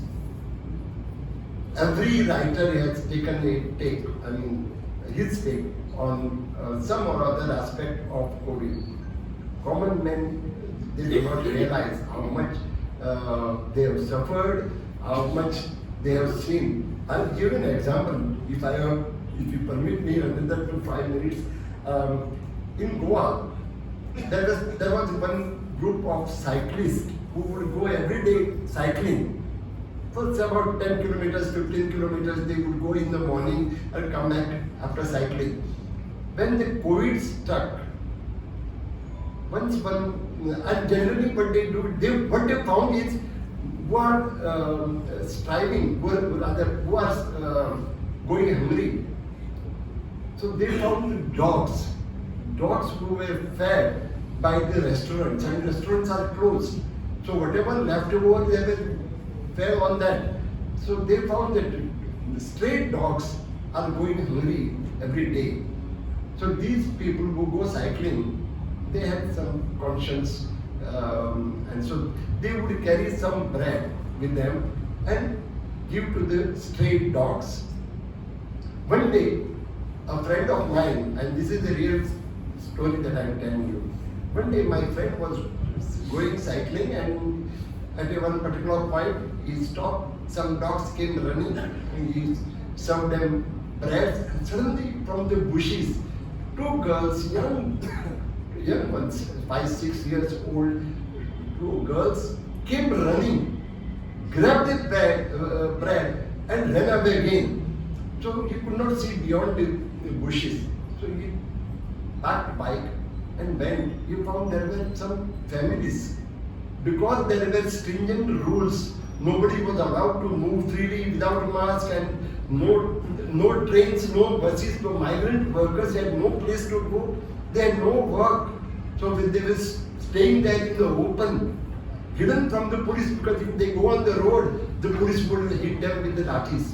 That was the situation. Probably you will realize what happened then. So this man felt pity. He went back home, cooked some rice and some food and served them. And he promising them that next day he will come again. Then the group came alive. They brought some bag of rice, cooked for them, and go to see there were 10 people. The next day there were 100. That's because they were all scattered all over, and poor people, they were migrants, very poor, meeting their needs every day from the meager wages they were earning. And then they realized the gravity of it. One day, the village panchayat sarpanch of that village, sarpanch realized that this man is serving food to these people. He offered to come with them. He came, but he also started whatever food these people, cyclists, had brought.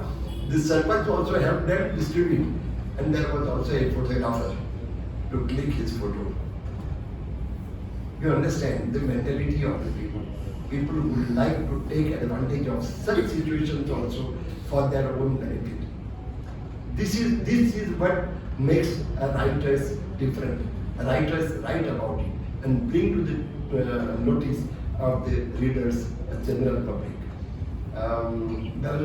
I have a lot of stories to tell. I am also a storyteller, but here I am to inaugurate the book, to launch the book. I am very happy that new book has come. The book is very important, very pertinent, because particularly these days we are facing a situation where our mouths are gagged. There is a lot of things we would like to share, we cannot. We can't speak. This is a very, very serious situation. Don't think that this is happening to only one section of the society, one section of the community of the society. No, it's happening everywhere and in every field. And in Goa, which is known for exemplary harmony existing in society, we feel it all the more. That is why I am very, very concerned. Today one book is launched. But my friends, everybody must buy the book because I know what is in it. I have more or less the idea. But then I must tell you, this is very important book, but there is yet another book every citizen of India must read, must be aware of what is in it. We have all heard about it, nobody bothers to read it. It is the Constitution of India.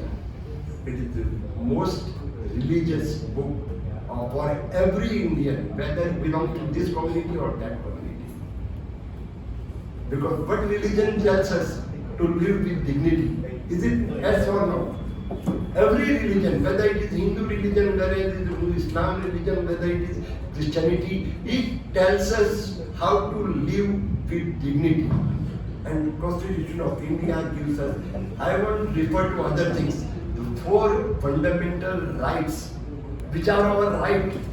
These 4 fundamental rights which we observe and enjoy the rights, I tell you, we will be the best, this will be the best place to live in the world. And I'll tell you which are the 4, everybody knows it, but it is my duty to reiterate every time I meet the people, I try to stress on it. It's our right. We have a right to equality. Do we enjoy the right to equality in our society? Do we find all are equal? No, some are more equal, isn't it? Yeah. Then we have justice.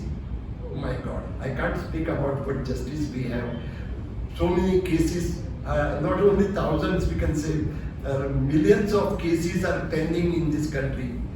For last several years, people are struggling to get justice. Leave aside legal justice. Even in our neighborhood, we have to struggle to find justice. Next is fraternity. What is fraternity? Living together, coexistence. Do we coexist happily? Do we have the same compassion for our family and our neighbors? Why not? And then lastly, and very importantly, and particularly for writers like us, is liberty, freedom, freedom of expression, freedom of living, freedom of choice. Unfortunately, this is where we get the beating these days. It has been happening before, and not that in our country also only it is happening. It is happening in many other countries. Our neighboring countries, take for example Myanmar. Take the example of Afghanistan. I'm not talking about Pakistan and Ceylon. I'm talking about these countries. And there are many countries, the so-called developed countries like Brazil or like even France and other countries are facing this problem. So we have to be very, very aware of our fundamental rights and let us struggle and fight to save our country and save our rights. If these 4 rights we are able to keep alive, then I think our children will have a better future. And what literature does is teach us how to live with dignity and how to bring up our children to have a better world to face. My friends, I don't know how much I have, but whatever I have said from my heart. These are the feelings of a writer. As a representative of a number of writers, I am also asked the question, why do we write? When thousands of writers, millions of writers are writing billions of books, yet new writings happen. Why? I often ponder over this question, and I come to know, I have realized myself, I have something different to tell, and I have something to tell differently. Ramayana and Mahabharata are the 2 epics which cover almost everything under the sky. Yet, we have something different to tell. or something to tell differently. That is why we write. I write. Ramanandi writes, and I know. I think we have editors and writers sitting here. Even a gynecologist who finds easy to write, and she writes out of passion. So when you love your language, you can write with passion. And I am happy not only about Ramanuni and others, friends, but then the entire Kerala. I have seen exemplary readership. Very difficult. I don't see this elsewhere. Every person is a reader, almost everybody. And this gives me immense pleasure to notice. And that is why I love to come to Kerala again and again and again. Goa and Kerala are not very, very distinct or very far away from one another. Yet I find some solace when I come here. I have friends, many friends. I write in Konkani. Well, I don't know how many of my writings have reached you, but there are ways and there are hopes. Recently, I was invited to Malayali Association where I expressed this. I said, so many Konkani people who live in Kerala, they write in Malayalam and excellent books they have produced. Why not you, when you live in Goa, why don't you write in or translate into Malayalam? They have taken up. I am very happy to tell you, one newspaper that is published from Goa in Malayalam language has a big circulation, almost equal to the leading newspapers of Goa in Malayalam language. So, and I'm very happy that when Ms. Rajeshwari Nair recently took up the challenge and she translated my novel Garberin into Malayalam, and she has also one collection of short stories also was published this year itself. And I have my friend Dr. Arsu who has done it before, taking Konkani literature into Malayalam. And there are many more. And I'm very happy by my coming here.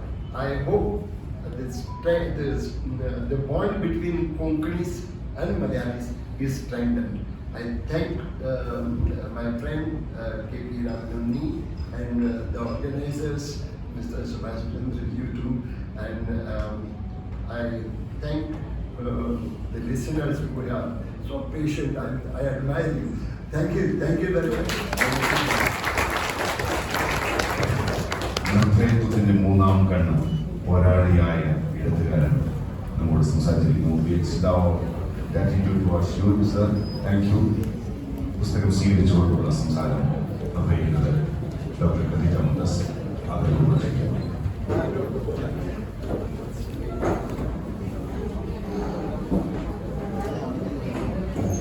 ഒരു ചെറിയ അഭ്യർത്ഥന, ഒരു BMW കാറുണ്ട്, അതിന്റെ driver അല്ലെങ്കിൽ അതിന്റെ owner ഇവിടെ ഉണ്ടെങ്കിൽ അതൊന്ന് മാറ്റി പാലിക്കണം. മറ്റൊരു വഴിക്ക് തടസ്സമാവുകയാണ്. പ്ലീസ്.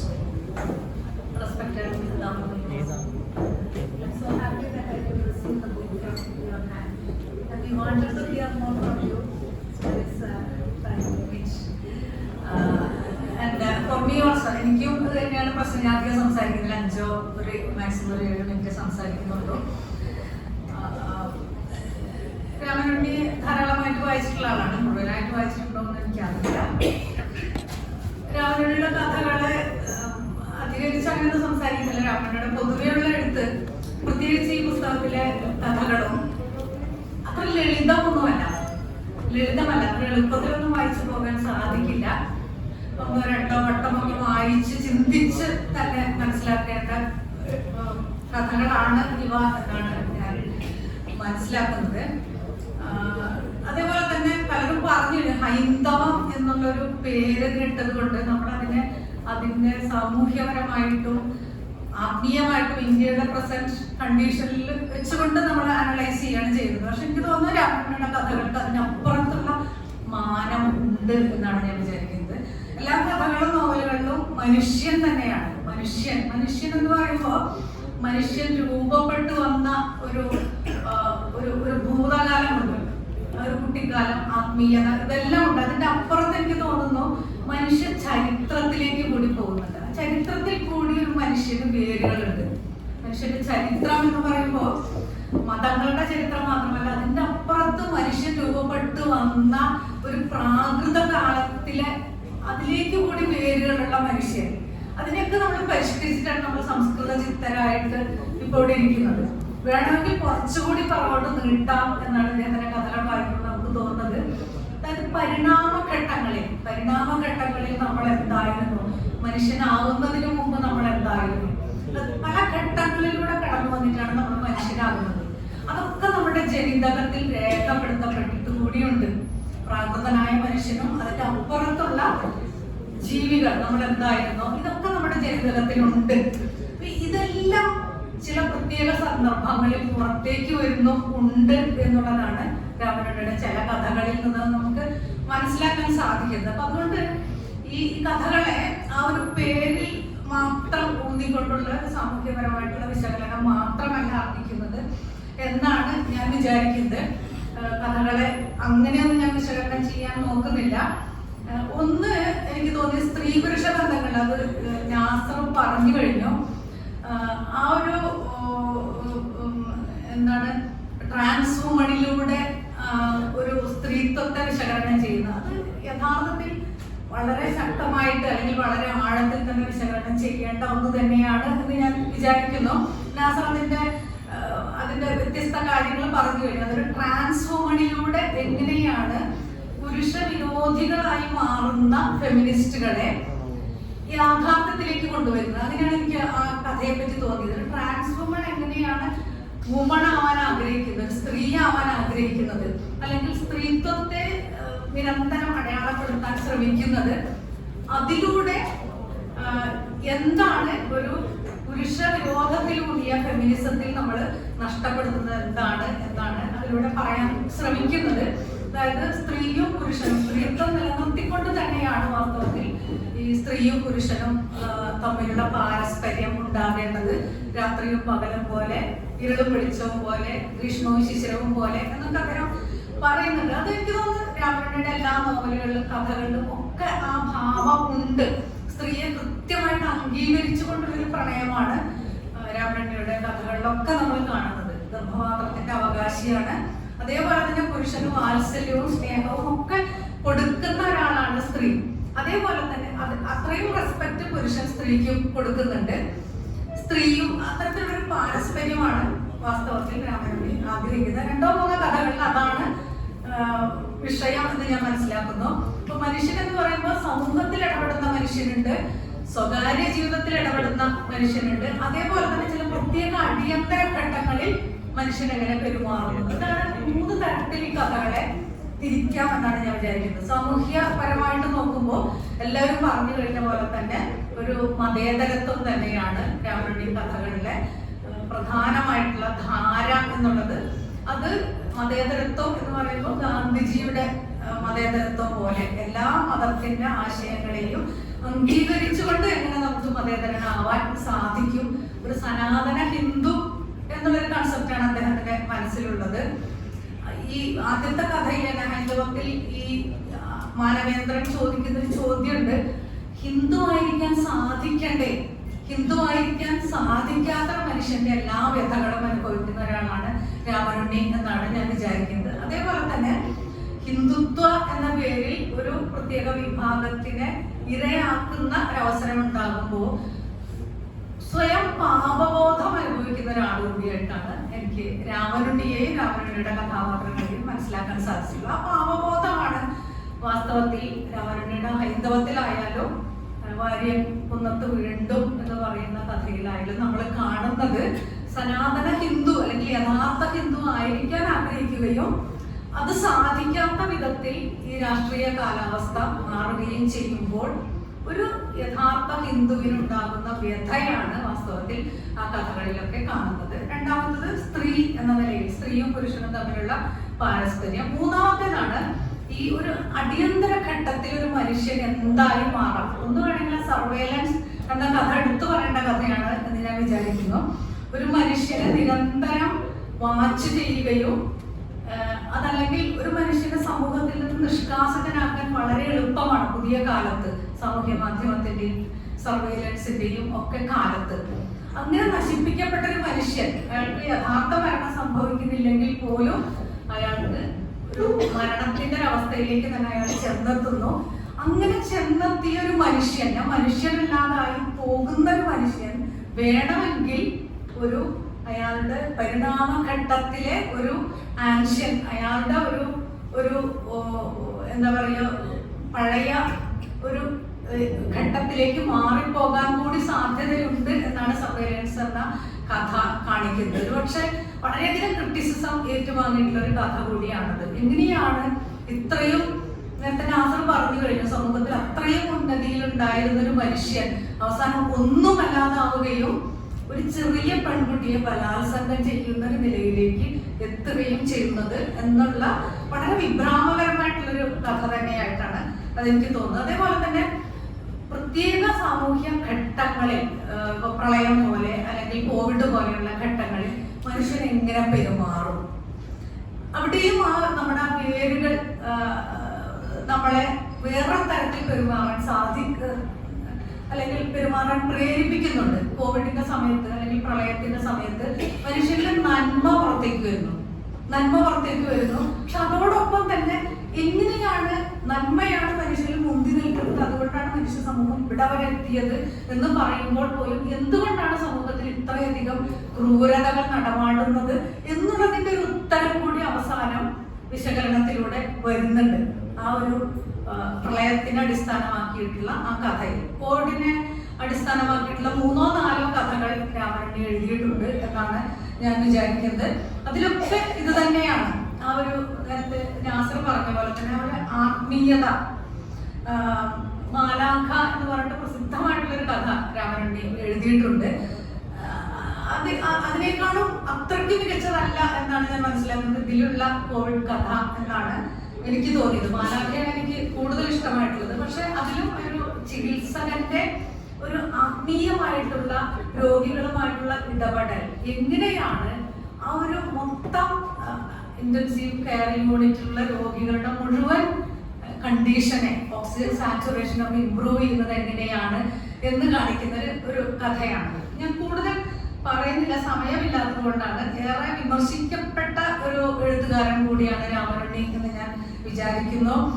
അദ്ദേഹത്തിന്റെ എഴുത്തിൽ കൂടുതലായിട്ട് അശ്ലീലം ഉണ്ടെന്ന് പറയുന്നവരുണ്ട്, വൾഗാരിറ്റി ഉണ്ടെന്ന് പറയുന്നവരുണ്ട്, അമിത മതപരിഗണന അദ്ദേഹം നടത്തുന്നു എന്ന് പറയുന്നവരുണ്ട്. അത് ഇസ്ലാമിനെ ആയാലും അതേപോലെ തന്നെ ഞാനൊരു ഹിന്ദുവാണ് എന്ന് വീണ്ടും വീണ്ടും പറയുമ്പോൾ ആ രീതിയിൽ നേരത്തെ ആരെ ചോദിക്കുകയുണ്ടായി, മതത്തിനെ നിലനിർത്തുകയാണോ വേണ്ടത് അല്ലെങ്കിൽ മതത്തിന് അതീതമായിട്ടാണോ നമ്മൾ ചിന്തിക്കേണ്ടത്?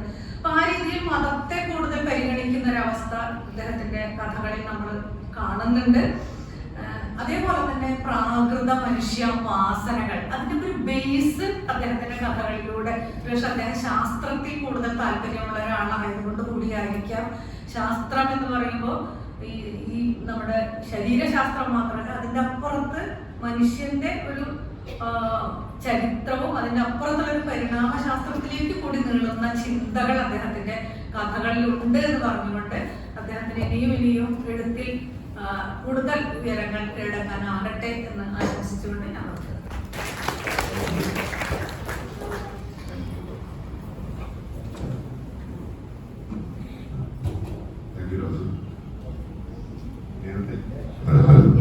നേരത്തെ ഞാൻ അനൗൺസ് ചെയ്തിരുന്നു, PFW ഈ ഹാളുകളിൽ ആരെങ്കിലും ആണെങ്കിൽ ഒന്ന് എഴുതുമായിട്ട് പാർക്ക് ചെയ്തിട്ടുണ്ട്. 9900. സോ ഇനി പ്രിയങ്കരനായ എഴുത്തുകാരൻ നമ്മുടെ ഇന്നത്തെ മുഖ്യാതിഥി ശ്രീ ദാമോദർ മോസയ്ക്ക് സ്നേഹോപഹാരം സമർപ്പിക്കുന്ന ചടങ്ങാണ്. ഈ ഉപഹാരം സമർപ്പിക്കുന്നത് ഇന്നത്തെ നമ്മുടെ താരം MP രാമരണ്യ അവർകളാണ്. അദ്ദേഹത്തിന്റെ കയ്യിൽ നിന്ന് കോഴിക്കോടിന്റെ ഈ സ്നേഹാദരം ശ്രീ ദാമോദർ മോസോ ഏറ്റുവാങ്ങുന്നു.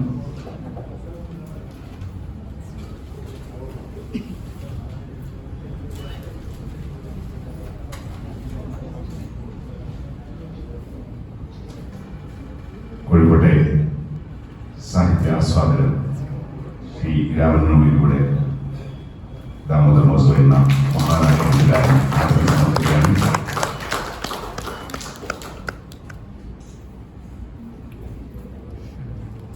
തുടർന്ന്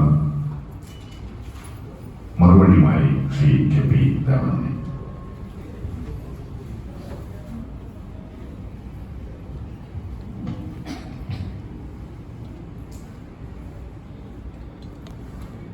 അധ്യക്ഷസ്ഥാനത്തിരിക്കുന്ന പ്രിയങ്കരനായ എഴുത്തുകാരൻ സുഭാഷ് ചന്ദ്രൻ, വേദിയിലുള്ള പ്രിയപ്പെട്ട എഴുത്തുകാരി ഡോക്ടർ ഖദീജ മുംതാസ്, പ്രിയങ്കരനായ നിരൂപകൻ MC തിരുനാസർ,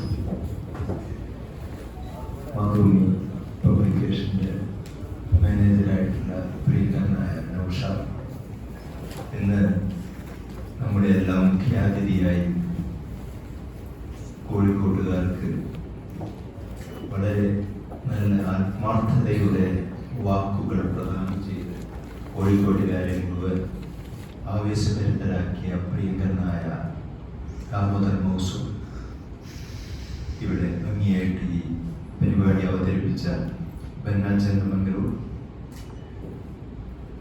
സുഹൃത്തുക്കളെ, എൻ്റെ സാഹിത്യ ജീവിതത്തിൽ വളരെ സന്തോഷകരമായ, എൻ്റെ ഹൃദയത്തെ സ്പർശിച്ചൊരു മുഹൂർത്തമാണ് ഇവിടെ കടന്നുപോയത്. ദാമോദർ മോസോ ഇവിടെ പറഞ്ഞ പോലെ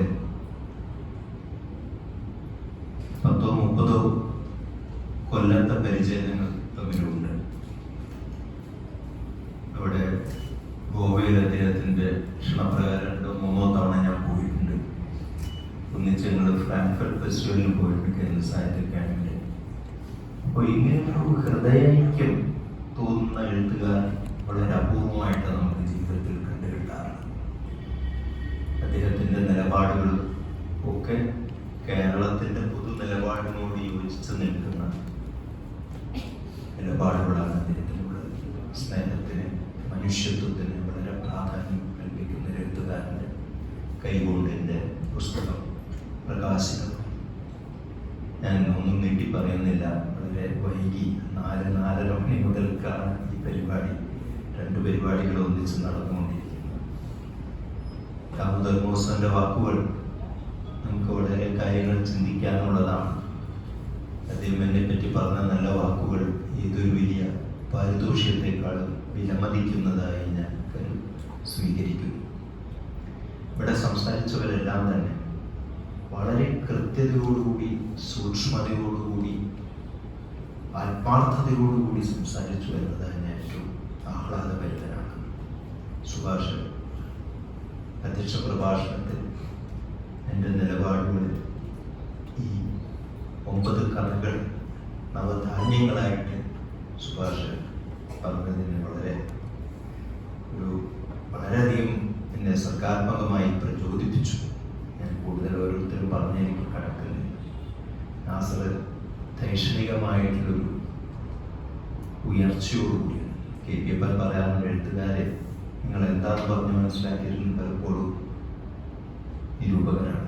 അതുപോലെ പറഞ്ഞു തരാൻ കഴിവുള്ള ഒരാളാണ് ചെറുപ്പക്കാരനായിട്ടുള്ള നാസർ. ഡോക്ടർ ഖദീജ മുംതാസ് സഹോദരി തുല്യമായിട്ട് അവരെപ്പോഴും എൻ്റെ കൃതികളെ ഫോളോ ചെയ്ത് പോകാറുണ്ട്. വൈദ്യശാസ്ത്ര സംബന്ധിയായിട്ട് എന്തെങ്കിലും സംശയമില്ലാതെ ഞാൻ ഖദീജ മുംതാസിനോട് ചോദിക്കും. മാതൃഭൂമി ബുക്സ് ഈ പുസ്തകം പുറത്തിറക്കുന്നു എന്നത് എനിക്ക് വളരെ ആനന്ദമുള്ള അനുഭവം. കാരണം മാതൃഭൂമിയിൽ കൂടെ തന്നെയാണ് ഹൈന്ദവം വരേണ്ടത്. ഇവിടെ സുഭാഷ് പറഞ്ഞ പല കാര്യങ്ങളുമുണ്ട്. അതിൻ്റെ പ്രസക്തിയും പ്രാധാന്യവും മാതൃഭൂമിയാണ് എത്രയോ വർഷമായിട്ട് ഈ വക വിഷയങ്ങൾ നമ്മുടെ സമൂഹത്തെ ഉത്ബോധിപ്പിച്ചുകൊണ്ട് ഇടുന്ന പ്രസിദ്ധീകരണം, പ്രസ്ഥാനം മാതൃഭൂമി. അതിൽ കൂടെ തന്നെ ഈ കാലത്ത് ഹൈന്ദവം പുറത്തു വന്നു എന്നത് വളരെ അർത്ഥനിർഭരമായിട്ട് ഒരു കാര്യമായിട്ട് തോന്നുകയാണ്. ഇവിടെ സുഹൃത്തുക്കളൊക്കെ ഉണ്ട്. ഞാൻ കഴിഞ്ഞ പറ്റിലും പറഞ്ഞു, എല്ലാ സുഹൃത്തുക്കളും പേരെടുത്ത് പറയാൻ സാധിക്കാത്ത രീതിയിൽ ഞാൻ പഠിപ്പിക്കുന്ന കുട്ടികൾ, അത് വീണ്ടും ഞാൻ എടുത്തു പറയണം, കഴിഞ്ഞതിലും പറഞ്ഞു, പല ജില്ലകളിൽ നിന്നുള്ള ഒരു ക്രിസ്മസിൻ്റെ 2 ദിവസവും മെനക്കെട്ട് വന്നിരിക്കുമ്പോൾ ഇവര് ഹൃദയത്തിലേക്ക് കടക്കാൻ കഴിഞ്ഞു എന്നത് എന്നെ വളരെ ആഹ്ലാദകരമാക്കും. വയസ്സാം കാലത്ത് കിട്ടിയ പ്രോസർഷിപ്പ് തീർച്ചയായിട്ടും ഒരു സുഹൃതമാണ് എന്നെ തെളിയിച്ചു. പിന്നെ ഇവിടെ ഒമ്പേർ ചെയ്തിട്ടുള്ള ബെന്നയുടെ ഗാംഭീര്യമുള്ള സ്വരത്തിൽ കൂടെ ഞങ്ങളുടെ എല്ലാം തന്നെ കഥകൾ ധാരാളം വായനക്കാരിലെത്തി. ആ ബെന്ന തന്നെ ഇവിടെ അദ്ദേഹത്തിൻ്റെ വളരെ പ്രൗഢിയുള്ള സ്വരത്തിൽ ഈ കാര്യങ്ങൾ അവതരിപ്പിച്ചു. സന്തോഷകരമായ ഒരു മുഹൂർത്തമാണ്. കൂടുതലൊന്നും എനിക്ക് പറയാനില്ല എന്ന് തോന്നുന്നു. ഇതിനോട് സഹായിച്ച എല്ലാവരോടും ഞാൻ നന്ദി പ്രകാശിപ്പിക്കുന്നു. നമസ്കാരം.